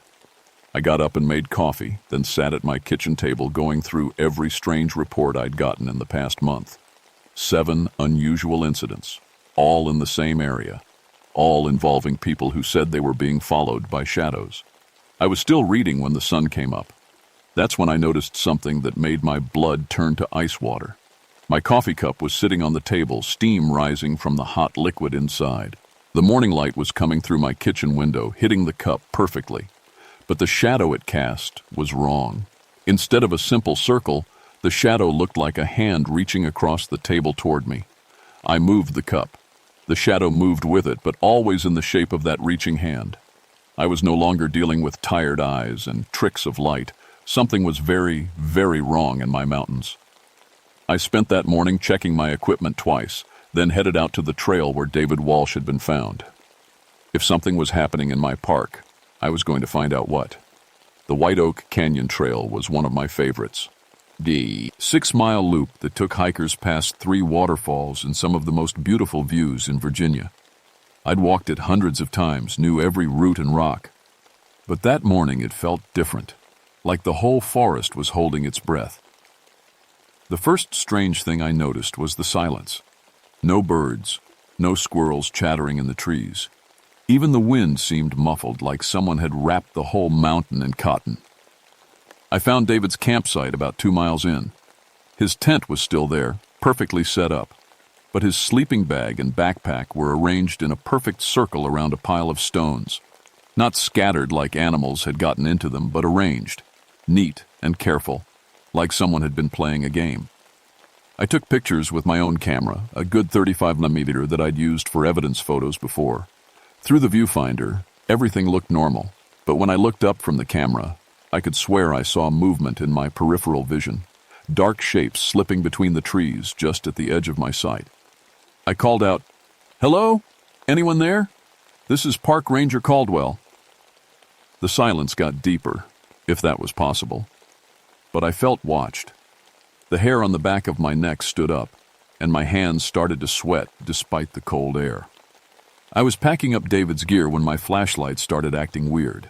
I'd turned it on to see better inside the tent, and instead of one beam of light creating one shadow, everything was casting 3 or 4 shadows. Multiple dark shapes radiating out from every object like a broken mirror. "Come on," I muttered, smacking the flashlight. But it kept working fine. It was just that the shadows were multiplying. That's when I heard the footsteps. Slow, deliberate footsteps circling my position. I could hear leaves crunching and twigs snapping, but I couldn't see anyone. The sounds moved in a complete circle around David's campsite. Owl. Ways staying just out of sight behind the trees. "I'm armed," I called out, putting my hand on the .38 revolver at my hip. "Identify yourself." The footsteps stopped. I waited, barely, breathing, for what felt like hours, but was probably only minutes. Then I heard something that made my skin crawl. My own voice coming from the trees saying, "Identify yourself," over and over like a broken record. That's when I ran. I'm not proud of it, but I ran like hell back down that trail, David's gear bouncing on my back. I didn't stop until I reached my truck, and I didn't stop shaking until I was back at the ranger station. Dr. Ellis was still there, sitting with David Walsh and trying to get him to eat something. "How is he?" I asked, still out of breath. "No better. He keeps talking about his shadow being stolen and—" Dr. Ellis paused. "Maggie, this is going to sound crazy, but I've been here all day, and I swear David's shadow hasn't moved once. Even when he gets up to use the bathroom, his shadow stays in the chair." I looked. David was standing by the window, but his shadow, faint but visible now, was still sitting in the chair where he'd been before. "That's impossible," I whispered. "I know, but I've been watching for hours." That evening, I drove home with my headlights on, even though it wasn't fully dark yet. Every shadow on the road seemed to move wrong, and I kept checking my rear-view mirror to make sure nothing was following me. At home, I called my sister in Richmond just to hear a normal human voice. "Maggie, you sound terrible. Are you sick?" "Just tired," I lied. "How are Mom and Dad?" We talked for 20 minutes about normal things. Her job at the bank, Dad's garden, Mom's church group. It felt like a lifeline to the real world, the world where shadows behaved like they were supposed to. After I hung up, I made dinner and tried to act normal. But every time I walked past a mirror, I caught myself checking to make sure my reflection was doing exactly what I was doing. At 10 o'clock, I was getting ready for bed when I heard a knock at my door. A soft, polite knock like a neighbor dropping by to borrow sugar. "Who is it?" I called through the door. No answer. Just another soft knock. I looked through the peephole. Nobody there. But on my porch, clear as day, was a shadow. A human-shaped shadow with no person casting it, standing right in front of my door. I backed away from the door, my heart hammering. The knocking came again, patient and polite. I grabbed my revolver and went to the back door, planning to circle around and see what was really on my porch. But when I looked out the back window, there was another shadow standing in my backyard. Also human-shaped, also without anyone there to cast it. I was surrounded. The knocking stopped. For a moment, everything was quiet. Then I heard my own voice coming from outside, saying, "Who is it? Who is it?" over and over.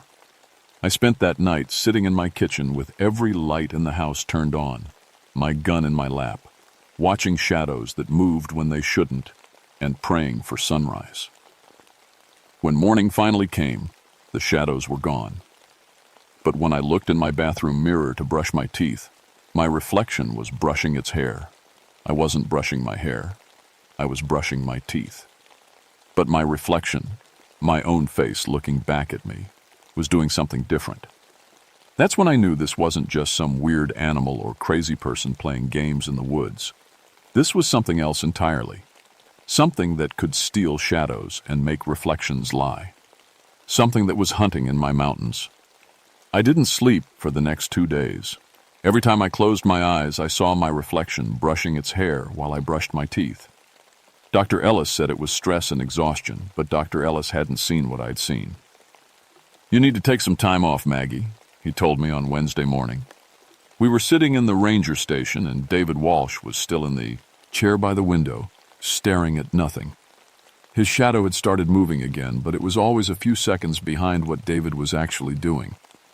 "I can't leave now," I said. "Not with this happening." "With what happening? One confused hiker and some unusual reports? You're starting to sound like David." But that afternoon, everything changed. I got a radio call from Jenny Martinez, a weekend ranger who was checking the backcountry campsites. Her voice was high and tight with panic. "Maggie, I need backup at Cedar Run Falls right now." "What's wrong?" "I found them. The 2 backpackers from the missing person report." "But Maggie," her voice broke. "They're dead, and they look like they've been dead for months." I drove out there with my heart in my throat. Tom and Lisa Chen had been reported missing 3 days ago by Lisa's parents when they didn't come home from what should have been a weekend camping trip. They were experienced hikers, good people who knew the mountains well. I found Jenny sitting on a log about 50 yards from the campsite, crying quietly. "I'm sorry," she said when she saw me.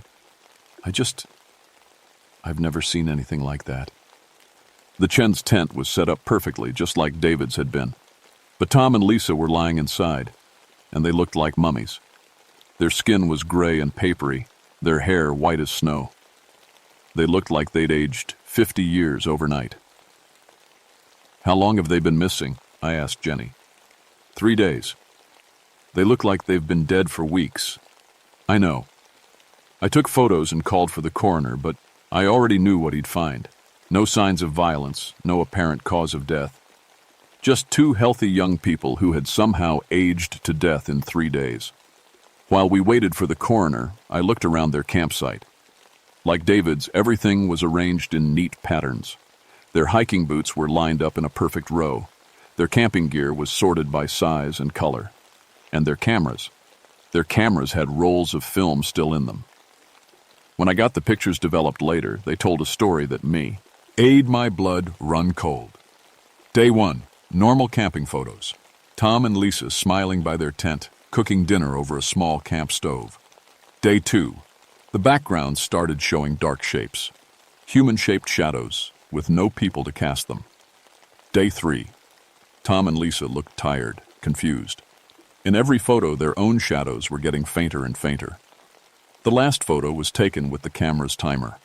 It showed Tom and Lisa sitting by their campfire, but they cast no shadows at all. Behind them, standing just at the edge of the firelight, was a figure made entirely of darkness, a human shape that seemed to absorb light instead of reflecting it. That night, Dr. Ellis didn't go home. He said he wanted to stay and monitor David Walsh, but I could see the fear in his eyes. He'd seen the photos too. "This is impossible," he kept saying. "People don't just age to death. Shadows don't move on their own." But David Walsh looked 10 years older than he had that morning, and Dr. Ellis's shadow had started acting strange too, sometimes reaching for things that Dr. Ellis wasn't reaching for, sometimes moving a few seconds after Dr. Ellis moved. "It's getting stronger," David said suddenly. It was the first complete sentence he'd spoken since we found him. "What's getting stronger?" I asked. "The shadow man. He takes a little bit each day. First just the shadow, then the memories, then the years. He's been lonely for so long." "Who is he, David?" David looked at me with those huge, dark pupils. "A soldier. He died alone and afraid. And now he steals shadows, so he won't be alone anymore." That's when the lights went out. Not just in the ranger station, but everywhere. The whole area went dark, like someone had thrown a switch. Through the windows, I could see that even the emergency lights along the highway were off. In the darkness, David Walsh started laughing. Not a happy laugh, but the kind of sound someone makes when they've finally given up hope. "He's coming," David whispered. "He's coming for all of us now." I fumbled for my flashlight, but when I turned it on, it didn't help. The beam of light seemed to get swallowed up after just a few feet, like the darkness was too thick to penetrate. That's when I saw them. Shadows moving across the walls, but wrong shadows. They were moving independently, like dark people walking around the room. Some were tall, some were short, but they all moved with purpose. "Dr. Ellis?" I called out. "I'm here." His voice came from somewhere to my left. "Maggie, I can't see my hands. I'm holding them right in front of my face, and I can't see them." I tried to reach for where his voice was coming from, but my arms felt heavy, like I was moving through water, and I was cold. So cold that my breath started coming out in white puffs. "He takes the warmth too," David said, his voice getting fainter. "Takes everything that makes you alive." The shadow people on the walls were getting more solid, more real. I could see their faces now. Tired, sad faces with empty eye sockets. And they were all looking at me. One of them stepped off the wall, just stepped right out of the flat surface like it was a doorway, becoming three-dimensional as it moved into the room. It was shaped like a man in an old-fashioned uniform, but made entirely of darkness. When it moved, it made no sound, but I could feel it sucking the heat and light out of the air around it. "Please," I whispered, backing toward the door. "I don't understand what you want." The shadow man tilted its head like it was listening. Then, in a voice like wind through dry leaves, it spoke. "Not alone. Never alone again." More shadow people were stepping off the walls now. Men and women and even children, all made of darkness, all with those empty eye sockets fixed on me and Dr. Ellis. I felt something cold touch my shoulder and spun around. Dr. Ellis was standing right behind me, but his face was gray and his hair had gone completely white. He looked like he'd aged 20 years in 20 minutes. "Maggie," he whispered, "I can't see my shadow anymore. I think it's gone." I looked down. Dr. Ellis was standing in the beam of my flashlight, but he cast no shadow at all. That's when I realized that my own shadow had been getting fainter all evening. And now, in the direct beam of light, I could barely see it at all. The shadow people were surrounding us, their cold presence making the air so frigid that ice was forming on the windows. Their leader, the man in the uniform, reached out with a hand made of pure darkness. "Join us," he said in that wind voice. "No more lonely, no more afraid." His cold fingers touched my face, and I felt years of my life drain away like water down a sink. The touch of that shadow hand sent me tumbling through someone else's memories like I was falling down a well made of time. I saw a young soldier, maybe 19 years old, with scared eyes and a uniform that was too big for his thin frame. It was 1863, and he was lost in these same mountains during a Civil War skirmish. His name was William Thorne, and he'd been separated from his unit during a retreat. For 3 days, he wandered alone through the wilderness, getting weaker and more afraid. No food, little water, and the constant terror that enemy soldiers might find him. On the 3rd night, as he lay dying of exposure and fear, he made a desperate wish. "Please, God, don't let me die alone. Don't let me be forgotten." But he did die alone, curled up under a rock overhang not 2 miles from where we stood now. And his fear and loneliness were so strong that they soaked into the very shadows of the mountain, creating something that should never have existed. For over 100 years, William Thorne had been stealing shadows and memories, trying to build himself a company of the dead so he would never have to face eternity alone. He reshadow. He carried a piece of someone's life, someone's warmth, someone's years. I jerked back to the present as Dr. Ellis collapsed beside me. His hair was now completely white, and his face had the papery look of someone very, very old. "I understand now," I gasped, my own voice sounding weaker than it should. The shadow man's touch had aged me too. I could feel it, the stiffness in my joints, the weight of years that weren't mine. "You're William Thorne. You died here during the Civil War." The shadow soldier's empty eye sockets fixed on me. "Lonely," he whispered. "So lonely. Cold and dark and lonely." "But this isn't the way," I said, struggling to my feet. My knees creaked like an old woman's. "Stealing people's lives, aging them to death. That's not friendship. That's not company. That's just more loneliness." The other shadow people were pressing closer, and I could see they were all his victims from over the years. Hikers, hunters, people who'd gotten lost or separated from their groups. All of them trapped in darkness, all of them still afraid. "What if," I said, the idea coming to me suddenly, "what if you didn't have to be alone, but you didn't have to steal shadows to do it?" William Thorne's shadow head tilted slightly. "Your grave," I said, "where you died. It's unmarked, isn't it? Forgotten. What if someone visited you? What if someone remembered your name?" The temperature in the room dropped even further. Ice was forming on the walls now, and my breath came out in thick white clouds. "Lies," William hissed. "Everyone forgets. Everyone leaves." "Not if I promise," I said. "Not if I give you my word as a ranger. These are my mountains now, William. I protect them and everyone in them. That includes you." The shadow people were all staring at me now, hope flickering in their empty eye sockets like candle flames. "I'll visit your grave every week," I continued. "I'll bring flowers. I'll tell people your story. You'll never be forgotten again. But you have to let these people go. You have to let their shadows return." William Thorne and stood silent for a long moment. Around us, the other shadows were waiting, the air so cold that frost was forming on my eyelashes. "Promise?" he whispered finally. "I promise." "Every week? Every single week, rain or shine, summer and winter, until I'm too old to walk these mountains anymore, and then I'll make sure someone else knows to visit you." The shadow soldier reached out again, but this time his touch was gentle, like a child seeking comfort. "So tired," he sighed. so very tired. I know. You can rest now.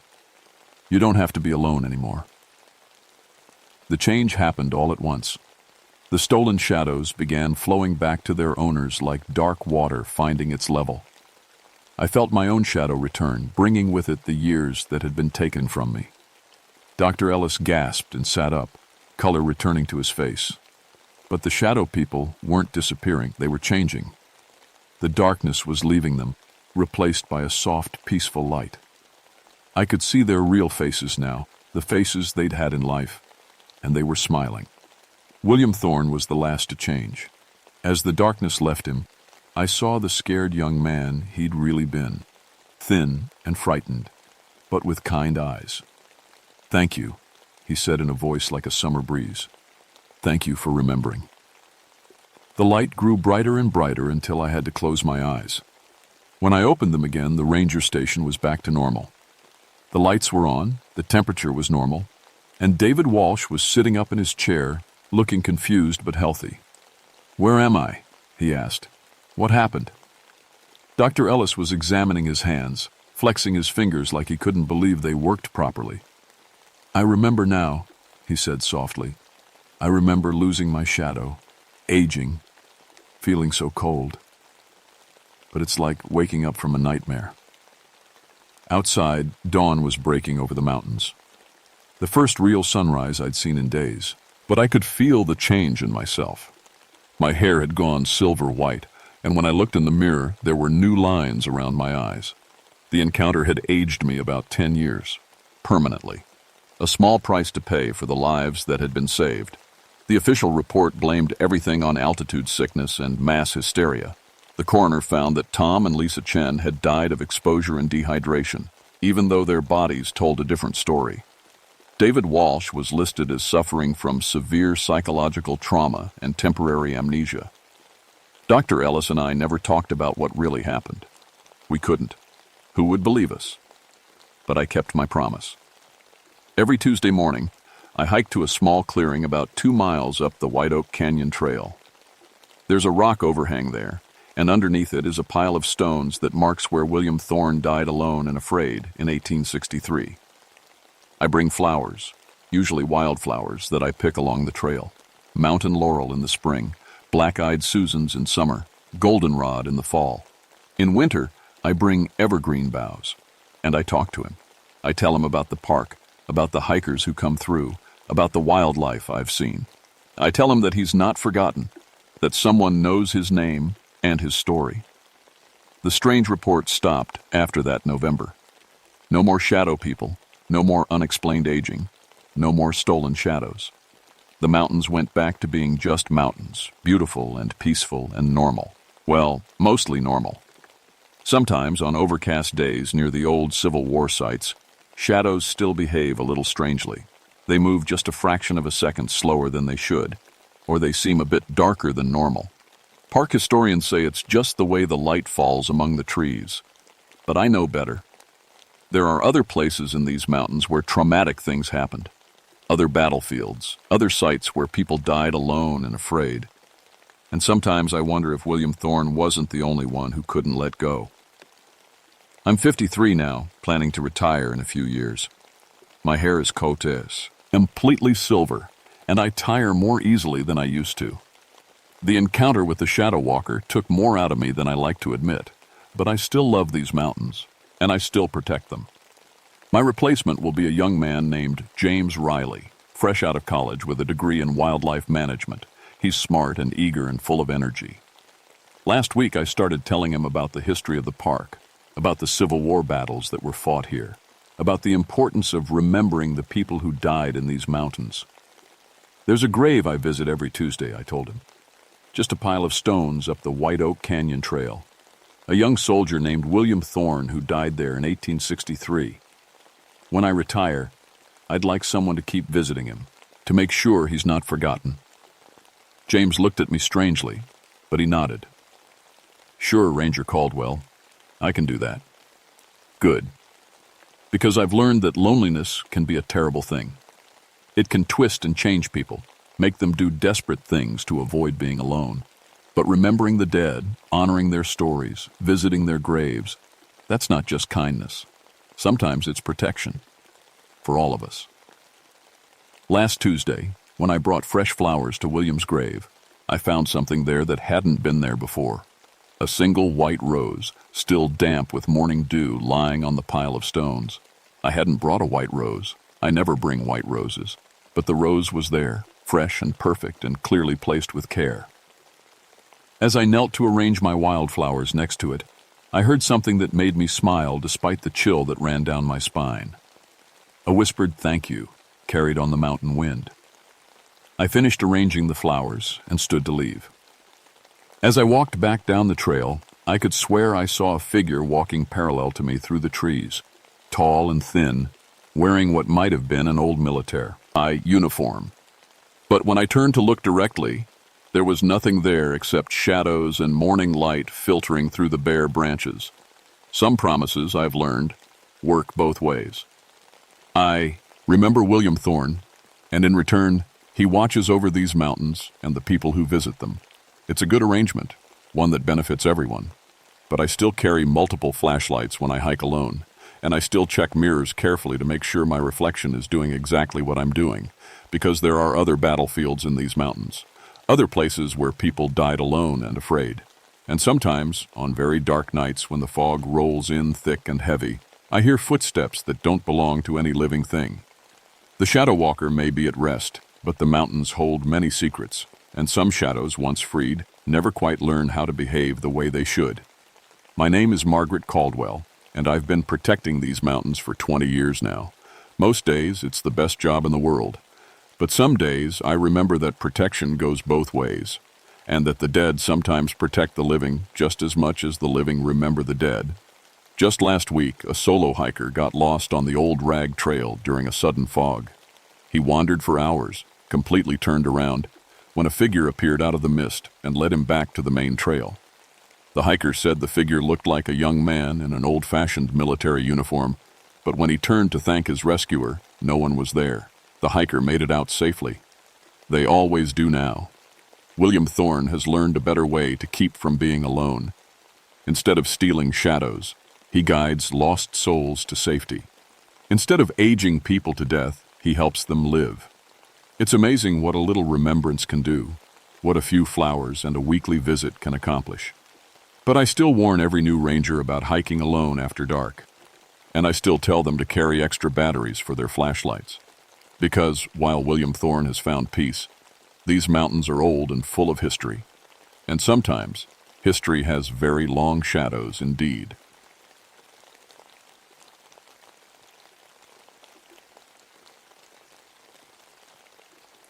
My name is Dorothy McLeod, but everyone calls me Dot. I've been a ranger on the Blue Ridge Parkway for 13 years now, and I've seen just about everything these mountains can throw at a person. Ice storms that coat every tree branch like glass. Fog so thick you can't see your own boots. Bears that wander into campsites looking for food. Lost hikers who think flip-flops are proper mountain gear.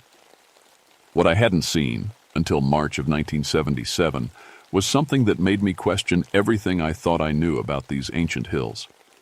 I became a ranger after my tour in Vietnam, where I worked as an Army nurse. After seeing so much death and pain, I wanted something peaceful. The mountains seemed like the perfect place to heal. Most days they were. I'd drive the winding roads, check on visitors, help with broken-down cars, and make sure people stayed safe. It was quiet work, and I liked it that way. The Blue Ridge has always been my sanctuary. These mountains are old, older than anything you can imagine. The Cherokee lived here first. Then came the Scots-Irish settlers in the 1700s. They brought their stories with them, tales of spirits and warnings from the old country. But I never put much stock in ghost stories. I'm a practical woman. You have to be when you're the first female ranger in this part of North Carolina. My station covers the Grandfather Mountain area, including Rough Ridge Trail. It's beautiful country, but dangerous if you're not careful. The weather can change in minutes, and the trails can be tricky even for experienced hikers. Every year, we lose a few people who don't respect the mountains. Hypothermia, falls, getting lost. The wilderness doesn't forgive mistakes. The trouble started on a Tuesday morning in mid-March. An ice storm had moved through the night before, coating everything in a thick layer of crystal. The trees looked like they were made of glass, and the roads were treacherous. I'd already called in to have several trails closed and was making my rounds to post warning signs. That's when the Hendersons found me. Bill and Mary Henderson were in their 50s, visiting from Florida. They flagged me down near the Rough Ridge parking area, both of them looking shaken. "Ranger, thank God you're here," Bill said, his breath making white puffs in the cold air. "We heard someone screaming for help up on the trail. A woman, sounds like she's in real trouble." I grabbed my radio and emergency pack. "How long ago? Which direction?" "About 20 minutes, Mary said. It was coming from up toward the ridge. We wanted to help, but the trail's too icy. We nearly slipped and fell twice just getting back to the car."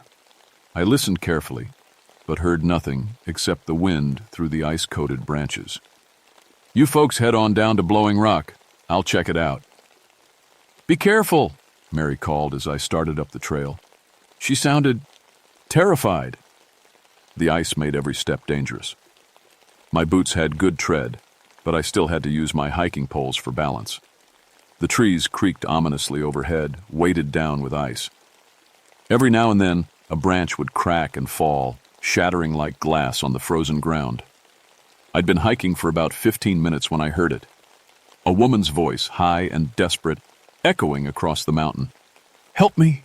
Please! Someone help me!" The sound made my skin crawl. There was something wrong about it, though I couldn't put my finger on what. I called back, "This is Ranger McLeod. Where are you?" The screaming stopped immediately. The silence that followed felt heavy, like the mountains themselves were holding their breath. I kept climbing, moving as fast as I dared on the icy trail. The voice had seemed to come from the ridge area, maybe half a mile ahead. But when I reached the spot ere I thought it originated, I found nothing. No footprints, no signs that anyone had been there. The snow was undisturbed except for my own tracks. I spent 2 hours searching that ridge, calling out, checking every possible spot where someone might have fallen or gotten trapped. Nothing.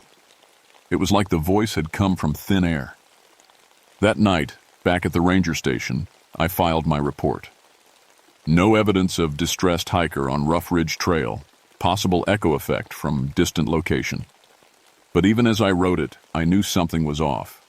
I'd been in these mountains long enough to know how sound travels. That voice had been close, very close. I went home to my small cabin near Asheville, made myself a simple dinner, and tried to forget about it. But as I lay in bed that night, I kept hearing that desperate cry echoing in my memory. There had been something about the voice that bothered me, something beyond just the words. It hadn't sounded quite human. The next morning I got the call at 6 a.m. Jake Hendricks, the park maintenance supervisor, sounded rattled. "Dot, you need to get up here. We found 2 people on Rough Ridge. They're dead." I dressed quickly and drove up the winding road to the trailhead. Jake met me at the parking area, his face grim. He was a tough guy who'd been working in these mountains for 20 years, but I could see something had shaken him badly. "Tom and Sarah Mitchell from Charlotte," he said as we hiked up the trail. "Young couple, maybe mid-20s. They were found about 200 yards up, just off the main path." "Hypothermia?" I asked. It was the most common cause of death up here when the weather turned bad. That's what I thought at first. But Dot, you need to see this. We found the bodies in a small clearing beside the trail. The young couple sat with their backs against a large boulder, arms around each other, as if they'd been trying to keep warm. Their faces were peaceful, eyes closed, but their skin had a strange blue-white color I'd never seen before. What really caught my attention, though, it was the ice. Both bodies were surrounded by elaborate ice formations that looked almost intentional. Delicate spirals and curves that seemed to flow up from the ground around them like frozen flowers. The ice was crystal clear and so intricate it looked carved by an artist. "Ever see anything like that before?" Jake asked quietly. I knelt down for a closer look, being careful not to disturb anything before the coroner arrived. The ice formations were beautiful in a disturbing way, far too complex to be natural. But there was something else. The way the ice seemed to reach toward the couple, like frozen hands trying to touch them. "No," I said finally. "Never." We waited for the county medical examiner, but the ice on the roads meant it would be hours before anyone could reach us. While Jake headed back to get more supplies, I stayed with the bodies, partly out of duty, and partly because something about the scene bothered me. That's when I heard the voice again. "They wouldn't listen," it said, clear as day. I spun around, searching the trees. "Who's there?" Silence. My radio crackled with static, then cleared. "Ranger McLeod, this is base. Do you copy?" I copy. "Everything's fine here." But it wasn't fine. Not at all. I spent the rest of that day helping the coroner and answering questions from the county sheriff. The official cause of death was hypothermia brought on by exposure, complicated by the ice storm. The unusual ice formations were attributed to the specific weather conditions. But that night, alone in the ranger station catching up on paperwork, I started doing some research. The area around Rough Ridge had a history. Back in the 1700s, it had been settled by Scottish and Irish immigrants who brought their traditions with them. One of those traditions was belief in banshees, spirits who warned of coming death with their wails and cries. I found an oldie book in the station's dusty library about local folklore. According to the stories, several Highland families had settled in this exact area. They'd fled Scotland after clan warfare, destroyed their homes, carrying nothing but their memories and their beliefs. One story stood out. A woman named Moira McBride had been the clan's keening woman, someone who could sense when death was coming and would wail to warn others. She'd saved many lives back in Scotland with her warnings. But when her family came to North Carolina, something had changed her. The loneliness of the new world, the loss of her homeland, had twisted her gift into something darker. According to the tale, she still wandered the mountains, screaming warnings that had become prophecies of doom. Those who heard her voice and ignored her warnings would die within days, found frozen solid no matter what the temperature. I closed the book with a snap. "Nonsense," I said aloud to the empty station. "Banshees are Irish fairy tales, not Appalachian reality." But even as I said it, I felt a chill that had nothing to do with the temperature. The next 3 nights, I heard the screaming, always around midnight, always from the direction of Rough Ridge. A woman's voice, high and keening, filled with desperate warning. The first night, I drove up to investigate but found nothing. The second night, I called it into the sheriff's department, but they said their deputies couldn't hear anything. The third night, I sat in my patrol truck at the Rough Ridge parking area, waiting. At 11:47 p.m., the temperature inside my heated truck began to drop. I could see my breath. The radio filled with static, and then, clear as if someone were standing right next to my window, I heard the voice. "Beware the mountain's hunger," it wailed. "Beware the cold that kills the foolish. Death comes for those who will not heed the warning." I looked out my windows but saw nothing except the dark forest. The voice seemed to come from everywhere and nowhere. "Who are you?" I called out. "What do you want?" The voice stopped. And for a moment, the only sound was my own breathing. Then softer now, almost sad. "I am the warning they will not hear. I am the voice that speaks too late." When I got back to the station, I found Jake waiting for me. His face was pale and his hands were shaking. "Dot," he said, "I think I saw her. The woman who's been screaming." "Where?" "Up on Rough Ridge about an hour ago. I was doing a final check on the trail closure signs. She was standing at the edge of the clearing where we found those kids. Tall woman in an old-fashioned dress, long hair blowing in the wind. When I called out to her, she turned toward me, and her eyes..." Jake shuddered. "Her eyes were like ice, Dot. Not blue like ice, actually made of ice. And when she opened her mouth to speak, frost came out instead of breath." I stared at him. Jake wasn't the type to make things up or see things that weren't there. "What did she say?" "She said my name. Just once. Jake Hendricks." Then she pointed toward the parking area and vanished. We looked at each other in the fluorescent light of the ranger station, two practical mountain people trying to make sense of something that defied explanation. "Maybe we should request backup from Asheville," I said finally. Jake nodded. Maybe we should. But I already knew that whatever was happening on Rough Ridge, it was something that backup couldn't help us with. The next morning brought news that made my stomach drop. 3 more hikers had gone missing overnight, a family from Tennessee who'd been camping in the area despite the weather warnings. Their car was still in the parking lot, but their campsite was empty except for their gear, which was covered in the same strange ice formations we'd seen around the Mitchell couple. Sheriff's deputies found the bodies that afternoon, but not where anyone expected. Instead of being on the trail, they were over nearly a mile away, in a place so remote and difficult to reach that experienced climbers would have trouble getting there in good weather, let alone during an ice storm. The father, mother, and teenage son were arranged in a perfect triangle, each one sitting upright against separate trees. Like the others, they showed signs of severe hypothermia, but their expressions were different. Where the Mitchell couple had looked peaceful, these 3 looked terrified. Their eyes were wide open, staring at something that was no longer there. The ice formations around them were more elaborate than before. Spiraling towers that reached up toward the branches, creating an almost cathedral-like structure around each body. It would have taken hours to create such formations naturally, but the timeline didn't work. The family had been seen alive just 6 hours before their bodies were discovered. This isn't natural, Jake said as we stood at the edge of the scene, waiting for the coroner. Ice doesn't form like that, not in 6 hours, not in any kind of weather. I had to agree. I'd lived through dozens of ice storms in these mountains, and I'd never seen anything like it. That's when we heard the screaming again. But this time, it was different. Instead of the desperate cry for help, it was a long, mournful wail that seemed to echo from every direction at once. The sound made the hair on my arms stand up, and I noticed that the temperature around us dropped at least 10 degrees. There, Jake whispered, pointing toward a ridge about 200 yards away. I saw her then, for the first time, a tall woman in a long dress that looked like it belonged in a museum.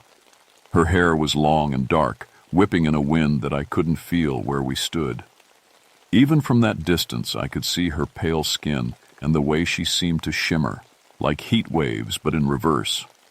She raised her arms toward the sky and let out another wail, a sound so full of grief and warning that it made my chest hurt. Then she turned her head directly toward us, and even across that distance. As I felt the weight of her gaze, she lifted one arm and pointed straight at Jake. Jake Hendricks. Her voice carried impossibly clearly across the space between us. Your warmth fades. Your time grows short. Jake staggered backward like he'd been hit. The color drained from his face, and his breath began coming out in white puffs, even though the air around me still felt relatively warm. What's happening to me?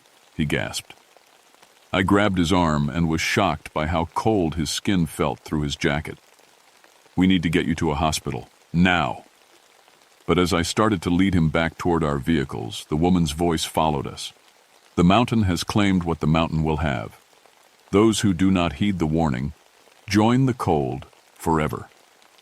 I half-carried Jake to my truck, but by the time we reached it, he was shivering so violently he could barely stand. I cranked the heat to maximum and radioed for an ambulance, but Jake's condition was getting worse by the minute. Can't feel my hands, he mumbled through chattering teeth. I checked his pulse and found it weak and irregular. His skin was turning the same blue-white color I'd seen on the other victims. Hypothermia was setting in fast. Too fast for the ambient temperature. Stay with me, Jake, I said, wrapping him in every blanket I could find in the truck. Help is coming. But as we waited, I kept looking back toward the ridge where I'd seen the woman. She was gone, but I could still feel her presence, like a cold spot in my consciousness. The ambulance took 40 minutes to reach us through the icy roads. By then, Jake was barely conscious, his body temperature dangerously low despite all my efforts to warm him.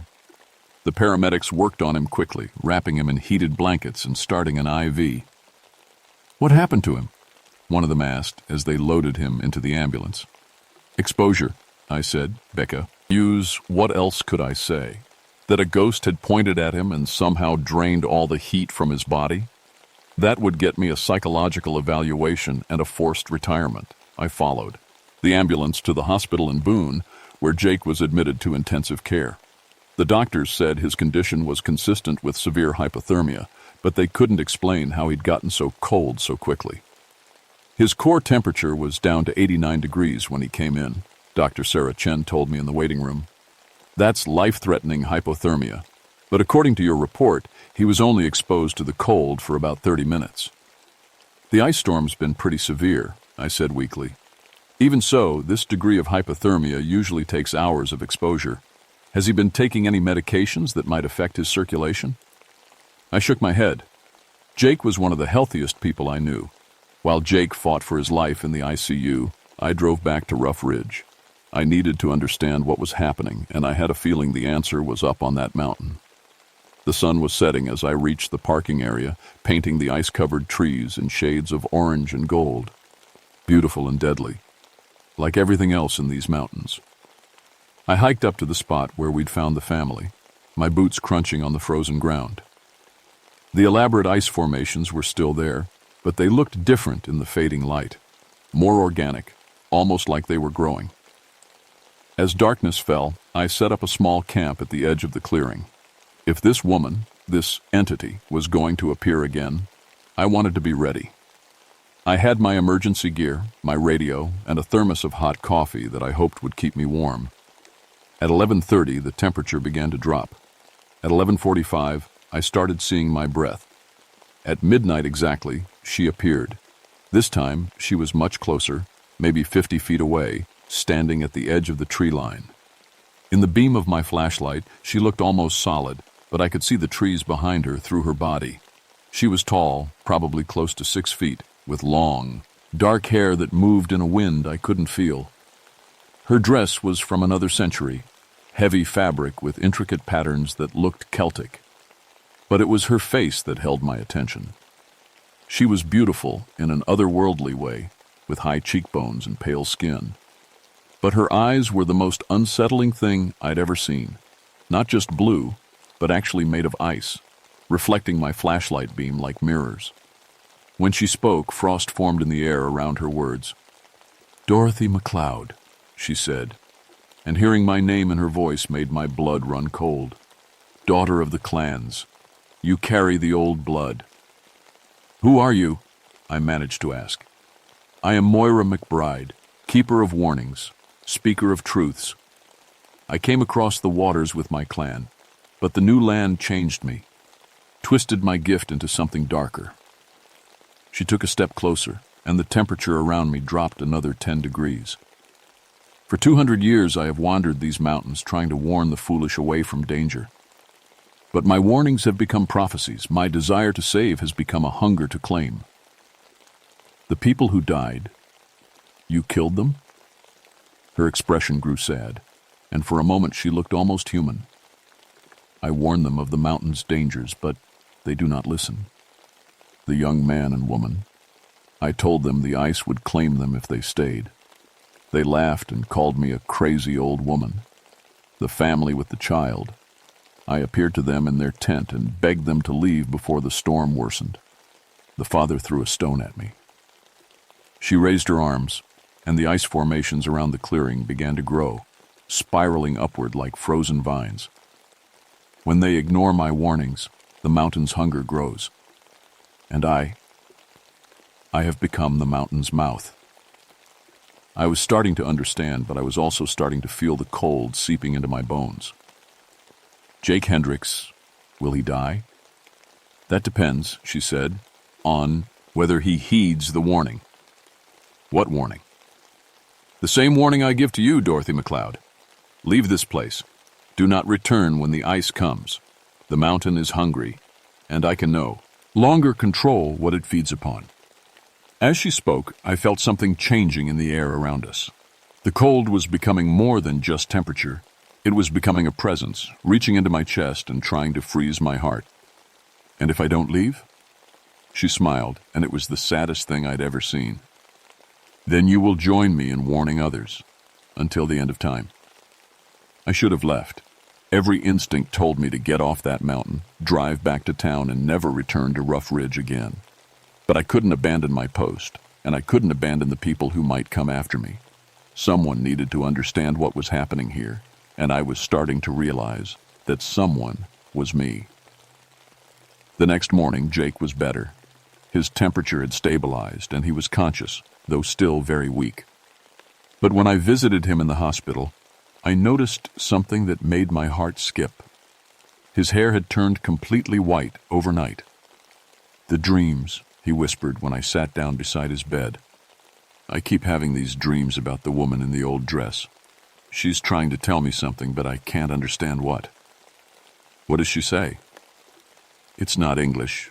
Sounds like maybe Scottish, old Scottish.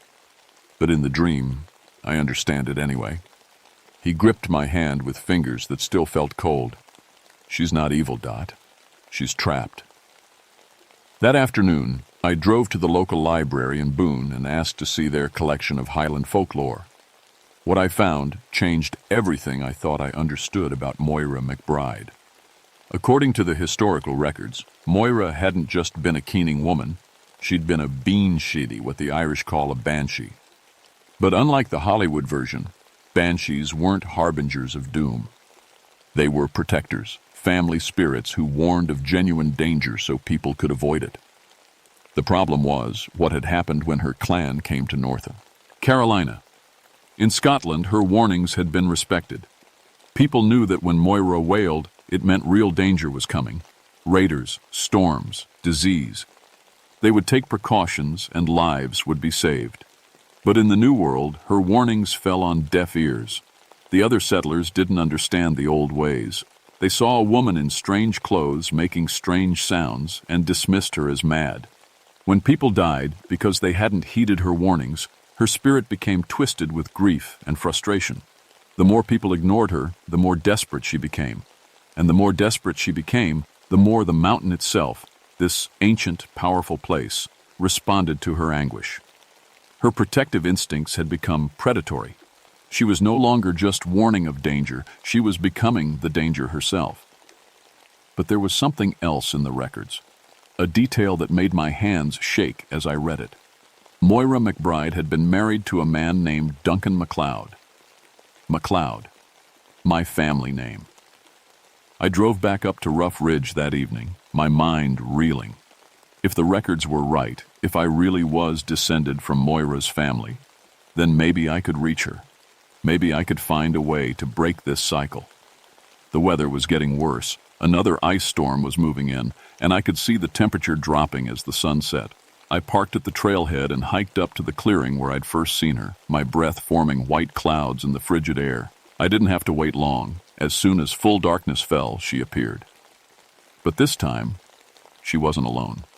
Behind her, barely visible in the shadows, I could see the outlines of other figures. Men, women, children, all wearing clothes from different time periods, all with that same translucent quality, all with eyes like ice.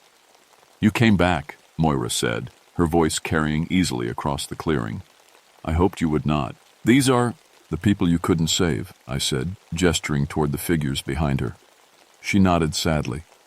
"Every soul who ignored my warnings and died for their foolishness. The mountain bound them. To me, made them part of my eternal vigil. They suffer because they would not listen." One of the figures stepped forward, a young man in clothes from the 1800s. When he spoke, frost formed around his words just like with Moira. "She tried to warn me about the bears," he said. "I thought she was just a crazy woman. When the grizzly found my camp, I understood too late." Another spirit moved closer, a woman in a 1940s dress. "The rock slide. She told me not to hike that trail, but I was late getting back to my husband. He's probably still waiting for me."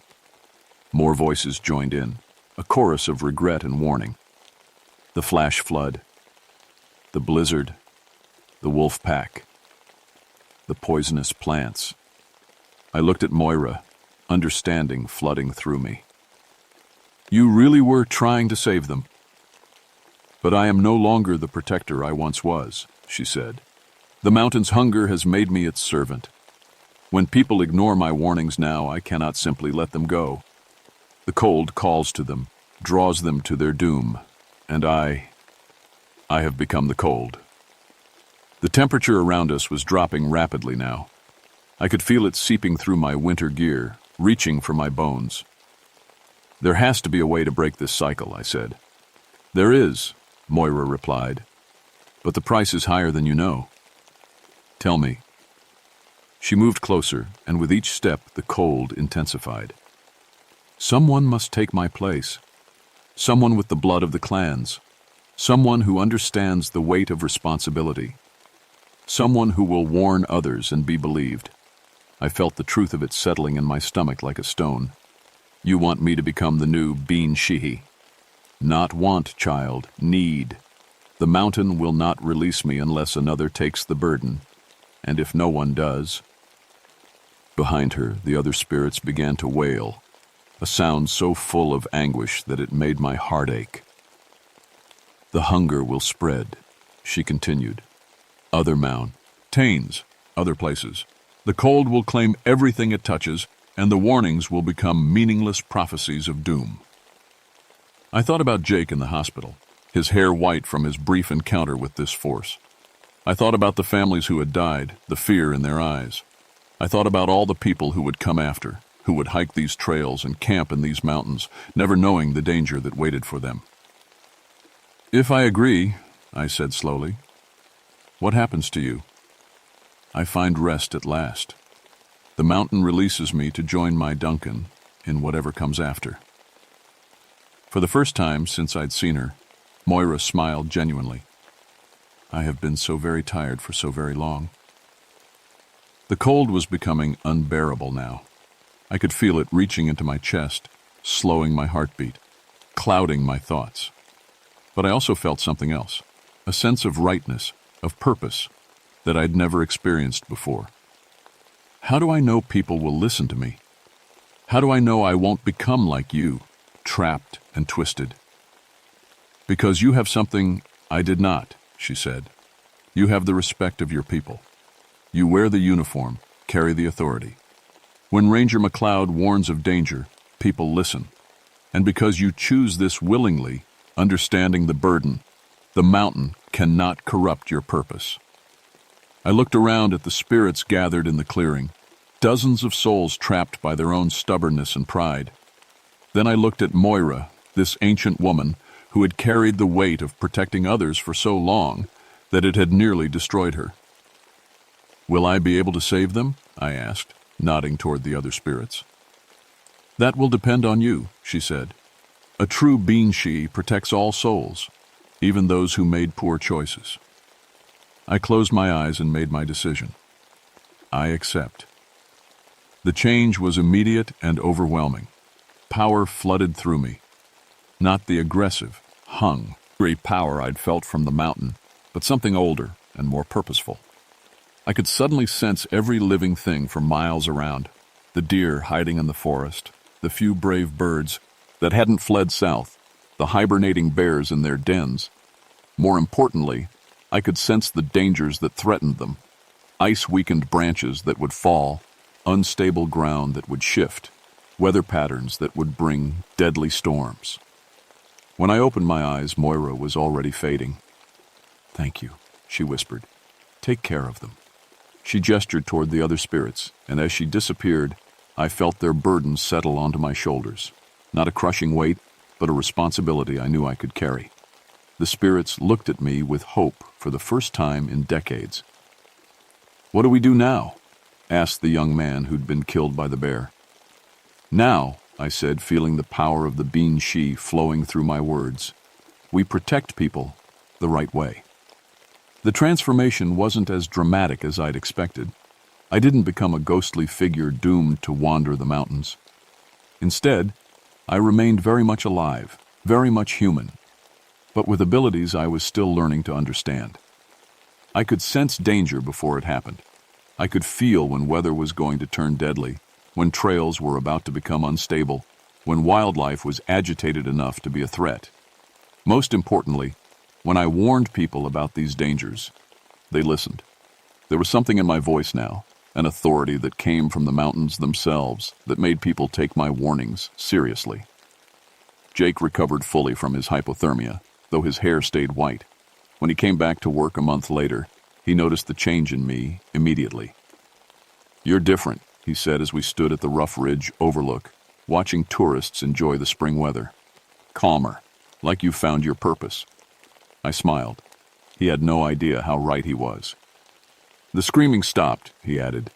"Haven't heard it once since that night in the hospital." "Moira found her rest," I said simply. Jake didn't ask what I meant by that. Some things are better left unexplored. The other spirits, the ones who had been trapped with Moira for so long, were learning to let go of their earthly regrets. One by one, as I helped them understand that their deaths hadn't been meaningless, that their suffering had served a purpose in teaching others, they found peace and moved on. The young man killed by the bear was the first to go, disappearing one night with a grateful smile. My work as a ranger continued, but now it had layers the Park Service never knew about. Officially, I was just Dorothy McLeod, experienced ranger with an uncanny ability to predict weather and spot dangerous conditions. Unofficially, I was the guardian of these mountains, keeper of warnings that people actually heeded. The death rate on my section of the Blue Ridge Parkway dropped to nearly zero. Other rangers started asking for my advice on weather prediction and trail safety. I shared what I could without revealing the true source of my knowledge. 6 months later, I got a call from a ranger in Tennessee. Strange things were happening on their section of the Appalachian Trail. Cold spots, unexplained ice formations, voices in the wind. The description sounded familiar. "It's spreading," I told Jake when I hung up the phone. "What's spreading?" "The need. There are other places where the old spirits are trapped, other mountains where warnings go unheeded."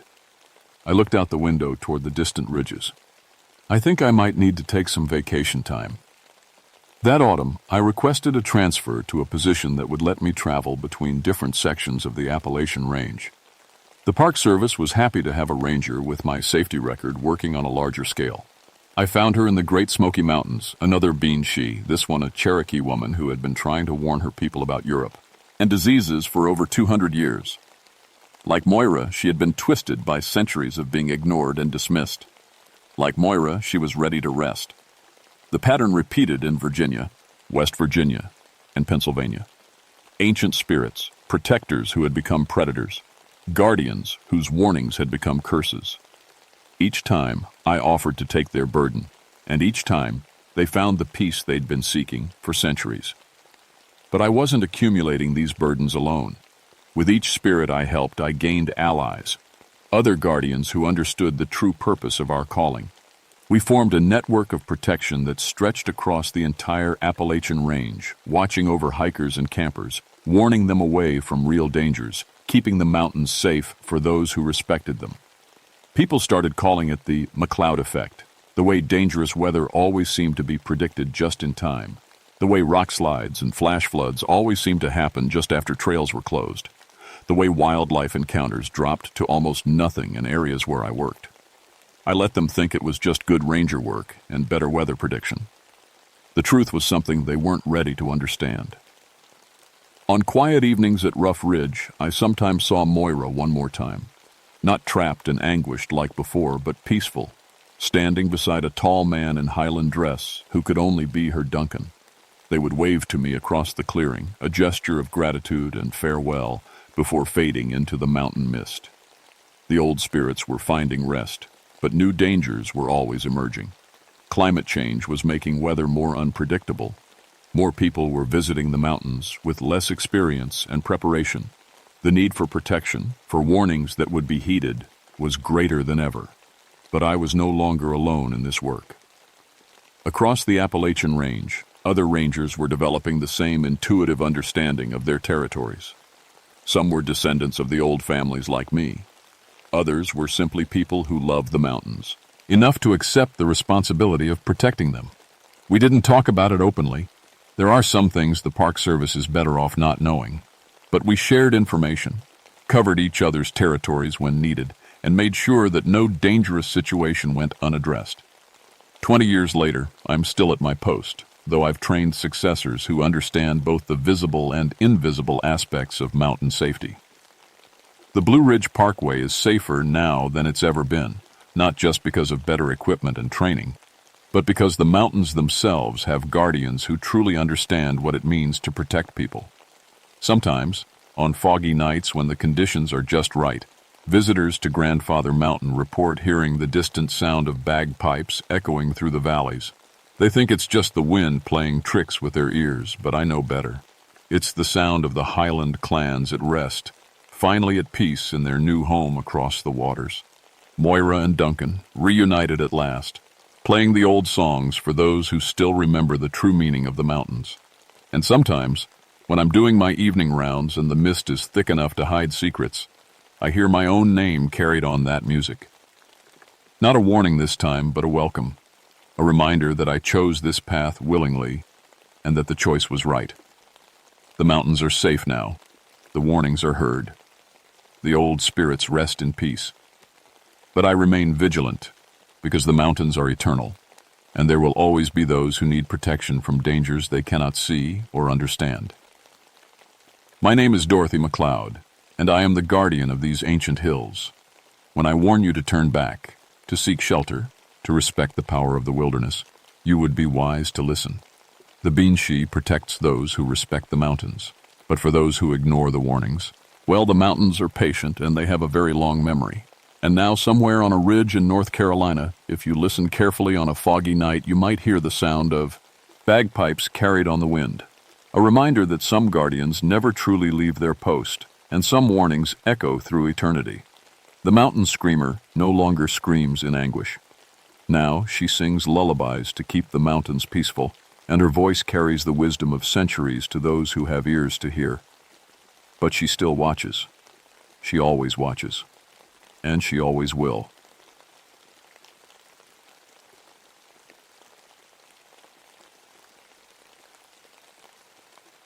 My name is William Hancock, but everybody calls me Billy. I've been a park ranger here in the Daniel Boone National Forest for 9 years now, and I thought I'd seen everything these Kentucky mountains could throw at me. Bears, wildcats, lost hikers, illegal hunters, you name it. But nothing, and I mean nothing, could have prepared me for what happened in October of 1961. I grew up in these hills. My daddy ran moonshine back in the day, same as his daddy before him. When I was a boy, I could tell you every hollow, every hidden still, every creek that ran clear enough to make good liquor. That knowledge served me well when I became a ranger. Who better to find illegal stills than someone who grew up around them? My wife Sarah was 7 months along with our third child when this all started. She'd been having a hard time with this pregnancy, staying tired and sick most days. Our 2 boys, Tommy and Jake, were 8 and 6, old enough to help around the house, but young enough to still believe their daddy could handle anything. I wish I could still be that man they thought I was. The morning it began, I was checking the Red River Gorge area for illegal hunting camps. It was October 15th, and hunting season had just opened. The first snow had already dusted the ridges, making everything look clean and peaceful. The leaves were at their peak, reds and golds that took your breath away. It should have been a perfect day. I found the first bodies around 9 in the morning. 3 federal revenue agents, all dead at what used to be a moonshine still. But this wasn't like any still destruction I'd ever seen. The copper tubing wasn't smashed or chopped up like usual. It was melted, twisted into shapes that didn't make sense, like someone had heated it until it flowed like water. The bodies were the worst part. They looked like all the blood had been sucked right out of them. Skin white as paper, eyes sunken back in their skulls. And the smell. Lord, the smell. Like rotten eggs mixed with something sweet and sick. It made my stomach turn. I'd seen plenty of violence in these mountains. Clan feuds, revenue raids gone wrong, desperate men doing desperate things. But this was different. This felt wrong in a way that made the hair on my neck stand up. What really got to me was the quiet.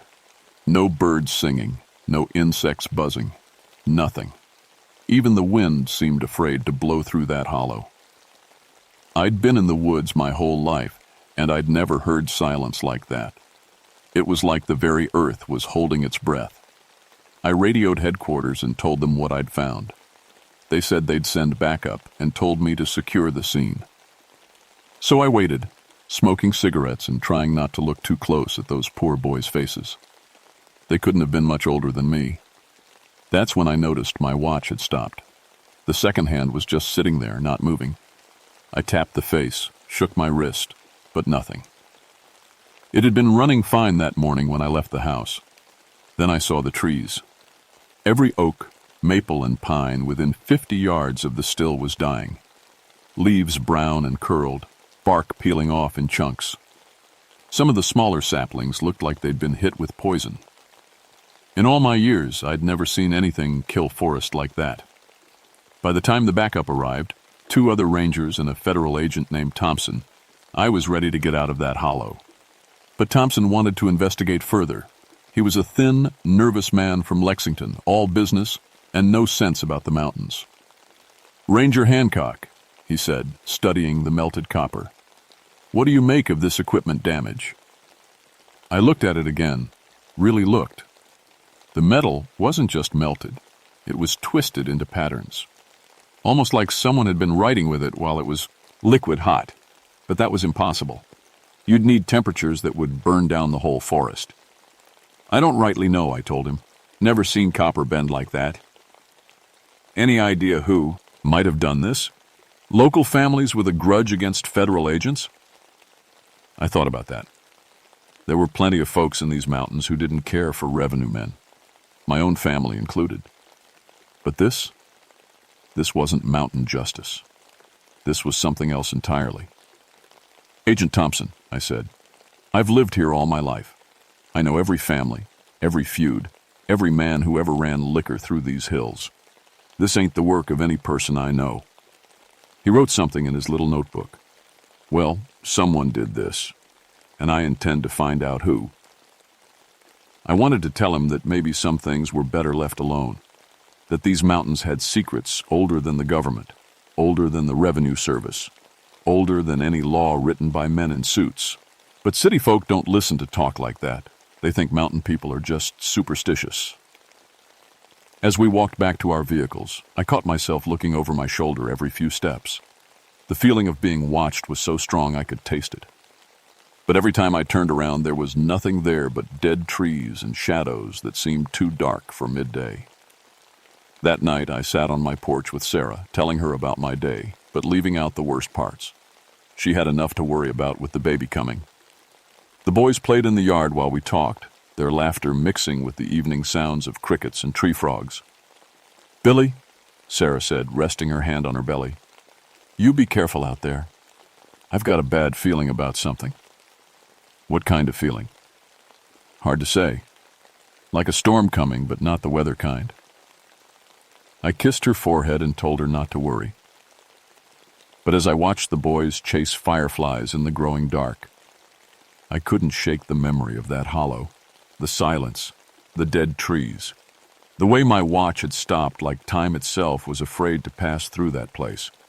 If I'd known then what is coming, I would have packed up my family that very night and driven as far from those mountains as our old Ford could take us.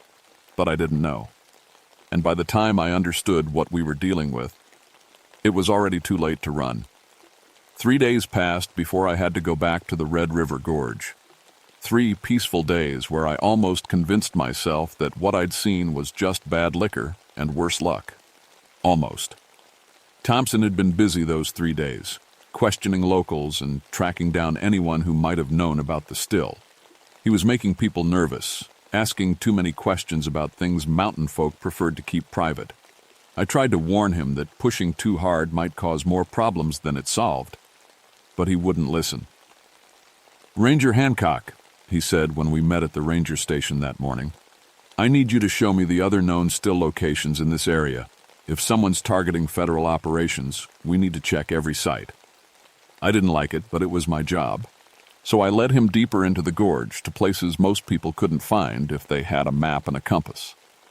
The morning was bright and clear, but I noticed the temperature dropped as soon as we entered the hollow where we'd found the bodies. The first site we checked was an old still that had been abandoned for maybe 10 years. Nothing left but some rusted pipes and a stone foundation. But as we got closer, I smelled that same sick, sweet smell from 3 days before. "Agent Thompson," I said, stopping dead in my tracks, "we need to be careful here." "Why? It's just an old still." But it wasn't just an old still anymore. The metal pipes that had been rusted solid for years were now twisted into the same impossible shapes we'd seen at the murder site. The stones of the foundation had scorch marks burned deep into the rock, and in the center of it all was a dark stain that looked lit.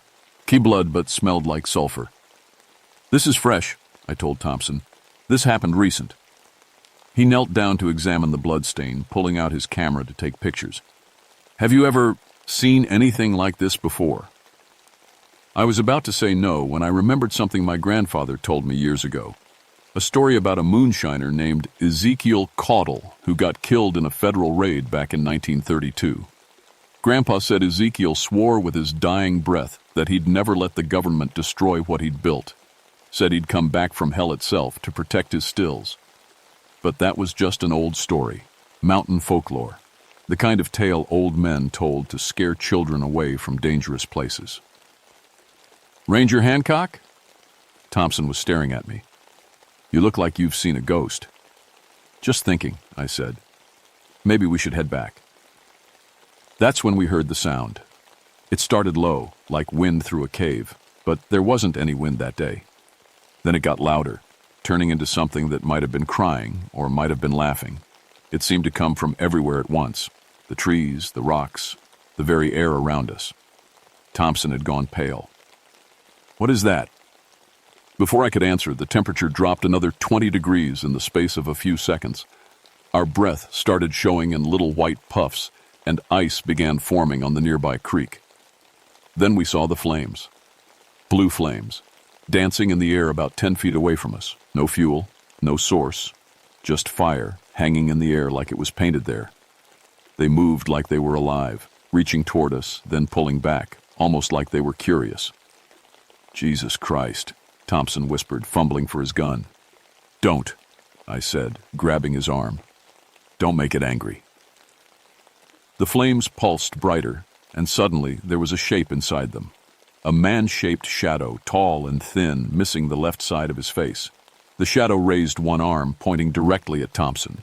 Then, as quick as they'd appeared, the flames vanished. The temperature shot back up to normal, and the sound stopped like someone had turned it off a radio. We stood there for maybe 5 minutes, neither of us saying a word. Finally, Thompson holstered his gun with shaking hands. "What the hell was that?" he asked. I thought about my grandfather's story, about Ezekiel Caudle and his dying curse, about the old mountain belief that some grudges ran too deep for death to settle. "I think," I said slowly, "we might be dealing with something that ain't exactly alive." Thompson laughed, but it was a scared laugh. "Come on, Hancock, you don't believe in ghosts." A week ago, I would have agreed with you, but I've never seen metal melt itself, and I've never seen fire burn without fuel. We made our way back to the vehicles in silence. But as we walked, I kept catching glimpses of movement in my peripheral vision, shadows that didn't match up with the trees, shapes that vanished the moment I tried to look at them directly. At the truck, Thompson sat in the passenger seat staring at his hands. They were shaking so bad he couldn't light his cigarette. "This doesn't make sense," he said. "There has to be a rational explanation." I started the engine and began driving us out of the hollow. "Thompson, I've lived in these mountains for 33 years. I know what's normal and what ain't. What we just saw ain't normal." "So what are you saying? That some dead moonshiner is killing federal agents?" I thought about it as we bounced along the rough trail. "I'm saying maybe some debts don't get settled when you die. Maybe some anger burns too hot to put out." That afternoon I went to see my grandfather. He was 92 years old and sharp as a tack, with memories that went back to the early days of Prohibition. If anyone would know about Ezekiel Caudle, it would be him. "Grandpa," I said, sitting on his porch, "tell me about Ezekiel Caudle." His face went serious. "Why you asking about him, Billy?" I told him what he'd found, what we'd seen, about the melted metal and the blue flames, about the shape with half a face missing. When I finished, Grandpa was quiet for a long time.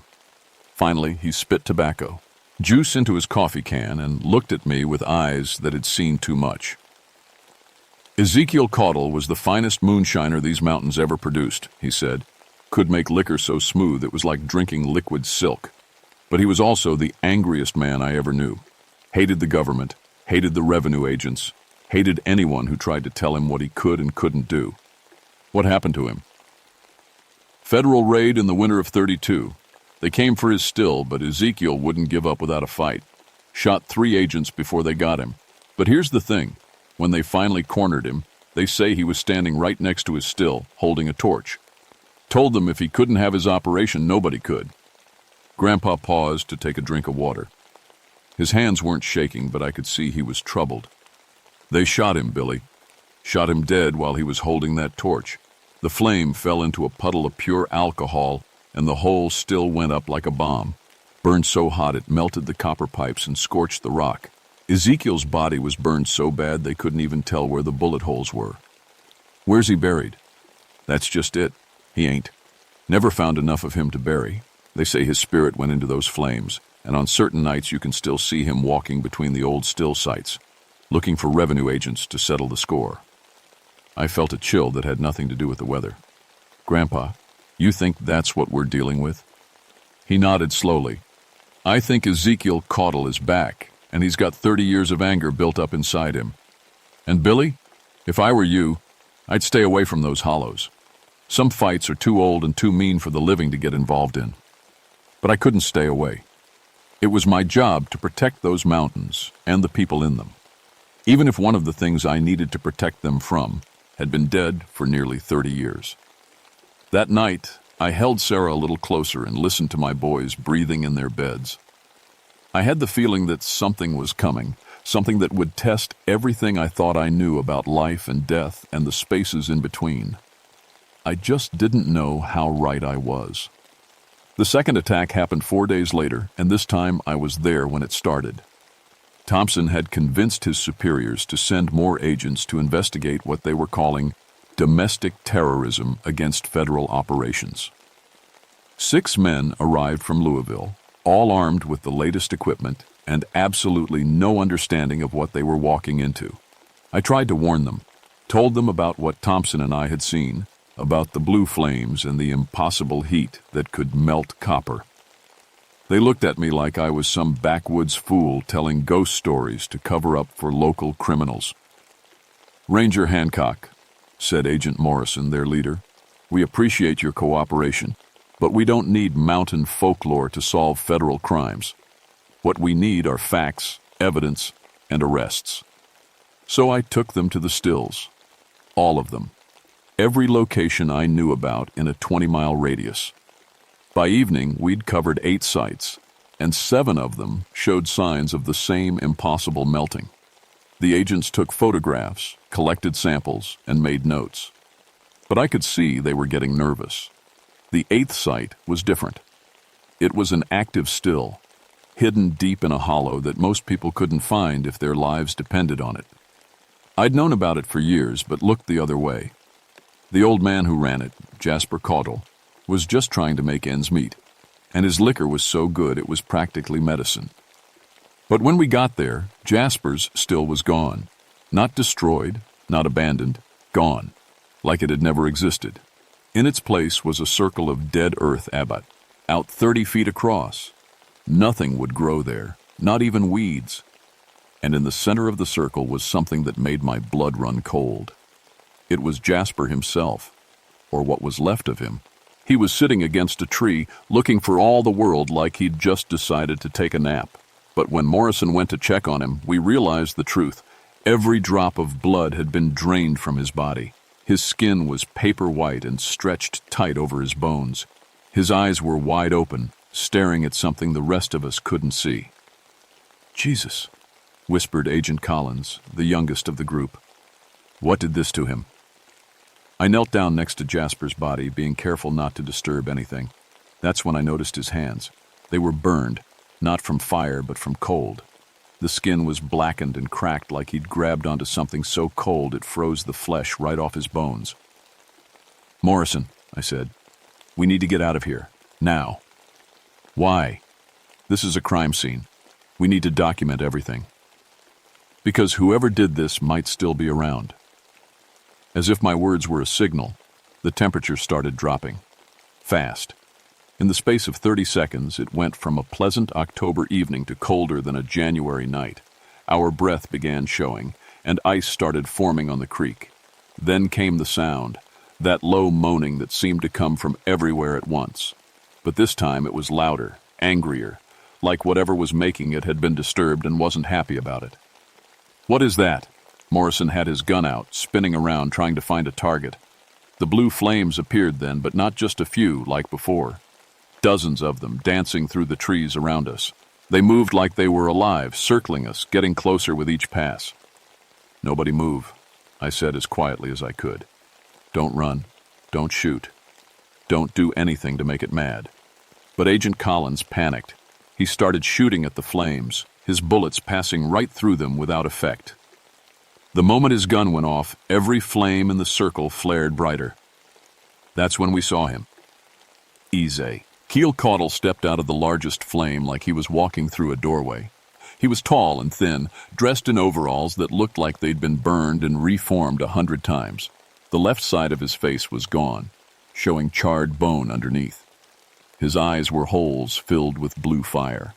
When he spoke, his voice sounded like wood crackling in a fireplace.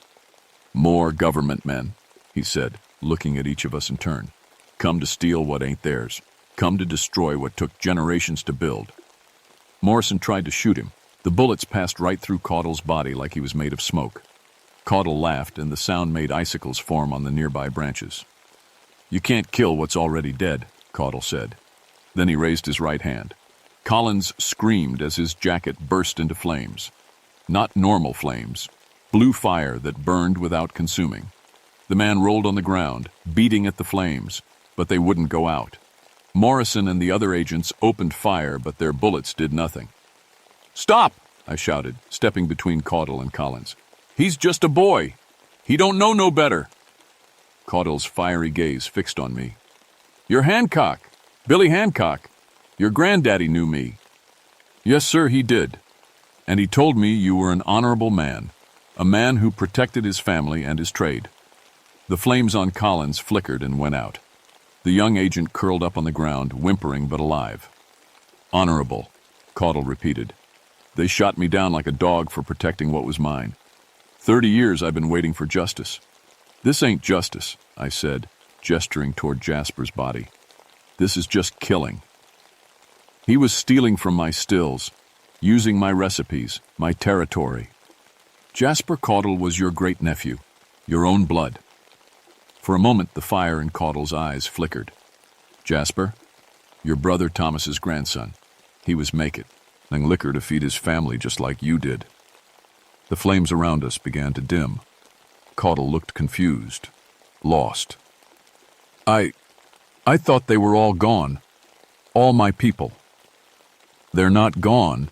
Your family is still here, still living in these mountains, still making the finest liquor in Kentucky." Morrison chose that moment to make another stupid decision. While Caudle was distracted, he pulled out a flare gun and fired it directly at the spirit. The flare passed through Caudle's chest, but the effect was immediate and terrible. The spirit's confusion vanished, replaced by rage so pure it made the air around us shimmer with heat. "Enough!" Caudle roared. Morrison's uniform burst into flames. Then Agent Davis. Then Agent Thompson, who had been trying to circle around behind the spirit. One by one, the federal agents began burning with that cold blue fire. I grabbed Collins, who was still on the ground, and started dragging him toward the trees. "Run!" I shouted to anyone who could still hear me. "Get to the creek!" Caudle's laughter followed us as we stumbled through the darkness. Behind us, men screamed as the supernatural fire consumed them. But the worst part wasn't the screaming. It was when the screaming stopped. Collins and I made it to the creek and threw ourselves into the water. The cold was like a slap, but it was normal cold, the kind that made sense. Behind us, the flames rose higher, turning the whole hollow into a vision of hell. When it was over, when the flames finally died down and the temperature returned to normal, we climbed out of the creek and surveyed the damage. 5 federal agents were dead, their bodies drained of blood, just like the first victims. The trees in a 100-yard radius were charred black. The very rocks showed scorch marks that would probably last forever. Collins was in shock, babbling about blue fire and dead men walking. I managed to get him back to the truck and drove straight to the ranger station. While he was being treated for shock and minor burns, I called his superiors in Louisville. "This is Ranger Hancock," like I said when they answered. "I need to speak with whoever's in charge of the Caudle investigation." "One moment, please." A gruff voice came on the line. "This is Deputy Director Walsh. Ranger Hancock, we've been expecting your call. Agent Morrison hasn't checked in." I took a deep breath. "Sir, Agent Morrison is dead. They're all dead except for Collins." Silence on the other end. Then, what happened? How do you tell a federal law enforcement official that his men were killed by a ghost? How do you explain that some things in this world don't follow the rules that city folks understand? "Sir," I said, "I think this case needs to be closed. Permanently. What you're dealing with here ain't something that can be arrested or prosecuted." "Ranger Hancock, are you telling me you can't do your job?" "I'm telling you that some jobs are too dangerous to do, and this is one of them." But they didn't listen. They never do. The next morning, they sent 12 more agents. By the time the new team arrived, I'd made my decision. I was going to end this, one way or another. Sarah was getting close to her time, and I couldn't have my boys growing up in mountains haunted by a vengeful spirit with a 30-year-old grudge. The new agents were different from the first batch. These were older men, veterans who'd seen combat. Their leader, Special Agent Frank Blackwood, had dead eyes and scars on his hands. When I told him what had happened to Morrison's team, he listened without interruption. "Ranger Hancock," he said when I finished, "I've seen some strange things in my 20 years with the Bureau. Things that don't make it into official reports. I'm inclined to believe your story." "Then you know we can't fight this thing with guns and badges." "Maybe not, but we can't let it keep killing federal agents either. There has to be a way to stop it." I'd been thinking about that all night. About what my grandfather had told me, about what I'd seen in that hollow. Ezekiel Caudle wasn't evil. He was angry. There's a difference. Evil enjoys causing pain, but anger can sometimes be reasoned with. "I think I know a way," I said, "but you're not going to like it." That afternoon, I went to see Ezekiel Caudle's surviving family. It took some doing, but I finally tracked down his grandniece, Martha Caudle Stevens. She was a tough old woman who ran a small farm up in the hills and wasn't afraid of much. "Martha," I said, sitting in her kitchen drinking coffee that could strip paint, "I need to ask you about your great-uncle Ezekiel." Her face went hard. "What about him?" I told her everything. About the killings, about seeing Ezekiel's spirit, about the blue flames and the impossible cold. When I finished, she was quiet for a long time. "I always wondered when he'd come back," she finally said. "Mama used to say Uncle Zeke was too stubborn to stay dead, too angry about what they'd done to him. Martha, I need to know where he's buried, his real burial place. He ain't buried nowhere. They never found enough of him to put in the ground. Then where would he go? If his spirit was tied to something, what would it be?" Martha thought about that, staring out her kitchen window at the mountains. "The original still," she said. "The one where he died, up in Devil's Hollow. That's where his heart was, where he put everything he cared about." Devil's Hollow. I'd heard of it, but never been there. It was supposed to be cursed ground, a place where bad things happened to good people. Most folks avoided it entirely. "Can you take me there?" "I can tell you how to find it, but Billy, if you go up there, you might not come back." "I have to try. This can't go on." That night I kissed Sarah and the boys goodbye. I didn't tell them where I was going or what I planned to do. Some burdens are meant to be carried alone. Blackwood insisted on coming with me, along with 2 of his best men. I tried to talk him out of it, but he wouldn't listen.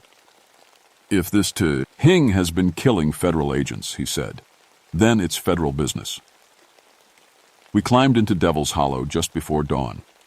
The path was overgrown and treacherous, winding through country that felt wrong from the moment we set foot on it. No birds sang, no squirrels chattered. Even the wind seemed afraid to blow through those trees. The original still site was exactly where Martha said it would be, in a clearing near the head of a small creek. But what we found there wasn't just the remains of a moonshine operation. It was something much older and more dangerous. The copper tubing from Ezekiel's still had melted and reformed into strange patterns on the ground. They looked almost like words, but in no language I recognized. The rocks around the site were scorched black, and the earth itself seemed to pulse with an inner heat. "Jesus Christ," whispered Agent Kowalski, one of Blackwood's men. "What is this place?" Before I could answer, the temperature plummeted. Ice began forming on the creek, and that familiar sound started up, the moaning that seemed to come from the earth itself. But this time was different. This time, Ezekiel Caudle didn't just appear in the flames. He rose up out of the melted copper like he was being born from it. He looked more solid than before, more real, and infinitely more angry. "You brought them here," he said, his voice like thunder rolling through the hollow, "to my sacred place, to the ground where I died for my principles." "Ezekiel," I said, stepping forward, "I came to talk." "Talk?" He laughed, and the sound made the trees creak and sway. 30 years I've been waiting, and you want to talk? I want to understand. You were a man protecting his family, his livelihood. I respect that. But killing innocent people won't bring back what you lost." "Innocent?" The flames around him flared higher. "They destroyed everything I built. Everything my father built and his father before him. 3 generations of work gone in one night." "The prohibition's over, Ezekiel. Has been for almost 30 years. Nobody's hunting moonshiners anymore. Lies." He pointed a burning finger at Blackwood and his men. "More government men, come to finish what they started." That's when Blackwood made his move. Instead of trying to shoot Caudle, he pulled out something I hadn't expected, a small vial of clear liquid. "Holy water," he said, tossing it at the spirit. The water passed right through Caudle without effect, but the spirit's reaction was immediate and violent. The flames around him turned from blue to white hot, and the temperature spiked so high that my clothes began to smoke. "Blasphemy!" Caudle roared. "You dare bring church magic against me?" Agent Kowalski screamed as his hair burst into flames. Agent Martinez dropped to the ground, his uniform burning with that impossible cold fire. Blackwood himself was engulfed in flames but kept standing, kept fighting, even as the fire consumed him. I had one chance, one desperate gamble based on something my grandfather had told me years ago. "Ezekiel," I shouted over the roar of supernatural fire, "your family needs you." The flames flickered. "My family is dead." "No, they're not. Martha Stevens is still alive. So is her daughter and her daughter's children. The Caudle bloodline continues, and they still make the finest liquor in these mountains." "You lie." I pulled out something I'd brought from Martha's house, a small glass jar filled with clear liquid. "This is Caudle liquor," I said, holding it up. "Made from your own recipe, passed down through 4 generations. Taste it, and tell me your family is gone." Caudle stared at the jar like it was the most precious thing in the world. Slowly, the flames around him began to dim. "Let me taste it," he said. I threw the jar to him. His ghostly hands caught it, and for a moment he held it up to the light like he was examining a diamond. Then he unscrewed the cap and took a drink. The change was immediate. The white-hot flames turned back to blue, then dimmed to barely visible flickers. The temperature returned to normal. The screaming stopped. "This is..." Caudle's voice was softer now, almost human. "This is my recipe. My father's recipe. Made by your blood, Ezekiel. Your family remembers. They remember everything you taught them." He looked at me with eyes that were no longer filled with fire, but with something like hope. "They remember? They do. And they honor you. Every drop of liquor they make is a tribute to what you built. The flames around Caudle began to fade entirely. He looked smaller now, more like the man he'd been in life, and less like the vengeful spirit he'd become. "I've been so angry," he said, "so lost. I thought they'd destroyed everything. They destroyed the stills, Ezekiel. They couldn't destroy the knowledge. They couldn't destroy the love." Caudle nodded slowly. Then he looked at the burning agents. With a gesture, he extinguished the supernatural flames. Blackwood collapsed, badly burned but alive.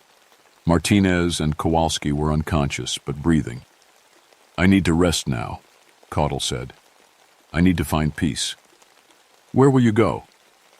He smiled, and for a moment I could see the man he'd been. Proud, stubborn, but fundamentally decent. "Home," he said. "I'm going home." The flames around him flared one last time, then vanished completely. The melted copper on the ground cracked and crumbled to dust. The scorch marks on the rocks began to fade. Within minutes, there was nothing left to show that anything supernatural had ever happened in Devil's Hollow, except for the 3 badly burned federal agents who would need some explaining. The official report said that Agent Morrison's team had been killed in an explosion at an illegal methane distillation operation. Agent Blackwood's team had been injured in a secondary explosion while investigating the site. Accidental deaths, workplace hazards, nothing more. I signed off on that report without a word of complaint. Some truths are too dangerous to put in official files. Blackwood spent 6 weeks in the hospital with third-degree burns over 60% of his body. When he was finally discharged, he came to see me at the ranger station. "Hancock," he said, his voice rough from smoke inhalation. "What really happened up there?" "You were investigating a methane leak," I said. "There was an explosion. You got hurt." He stared at me for a long moment. "And the blue flames? The man made of fire?" "Don't know what you're talking about." "My men remember everything. So do I." Memory can be a tricky thing after trauma. Sometimes the mind makes up stories to explain what it can't understand. Blackwood nodded slowly. "Maybe so. But Hancock, if something like this ever happens again, you call me. Not the local office, not headquarters. You call me directly." He left me his personal number and I tucked it away in my desk drawer. I had a feeling I might need it someday. Sarah gave birth to our daughter 2 weeks later. We named her Hope because after everything that had happened, Hope seemed like the most precious thing in the world. She was healthy and beautiful with her mother's eyes and what I hoped was her father's common sense. The boys adapted quickly to having a little sister, and life settled back into something like normal. I went back to my regular ranger duties, tracking poachers, helping lost hikers, maintaining trails. But I found myself changing how I did my job. When I came across small family operations tucked away in remote hollows, I started looking the other way more often. As long as they weren't selling to kids or causing trouble, I figured the mountains had seen enough violence over moonshine. Ezekiel Caudle's anger had taught me something about the difference between the letter of the law and the spirit of justice. Martha Stevens started visiting us regularly, bringing Hope little gifts and telling stories about the old days. She never mentioned what had happened in Devil's Hollow, but sometimes I caught her looking at me with knowing eyes. The mountain families have their own ways of saying thank you. About 6 months after the incident, I was patrolling near Red River Gorge when I smelled something familiar. That sweet corn mash smell that meant someone was running a still nearby. I followed my nose to a well-hidden operation that was producing some of the finest liquor I'd ever encountered.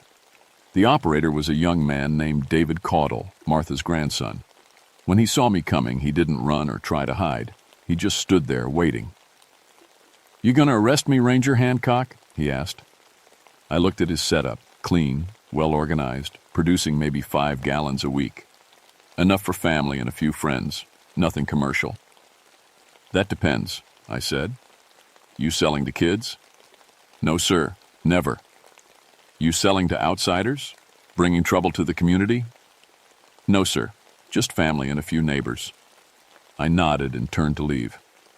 Then I don't see anything here worth arresting anybody over. As I walked away, David called after me. Ranger Hancock, thank you for what you did for Uncle Ezekiel. Family means everything to us. I didn't answer, but I understood. In the mountains, some debts run deeper than law, and some justice is more important than rules. But the story doesn't end there. It never really ends. Sometimes on cold October nights when the moon is dark and the wind is still, people report seeing blue flames dancing over the old still sites in Devil's Hollow.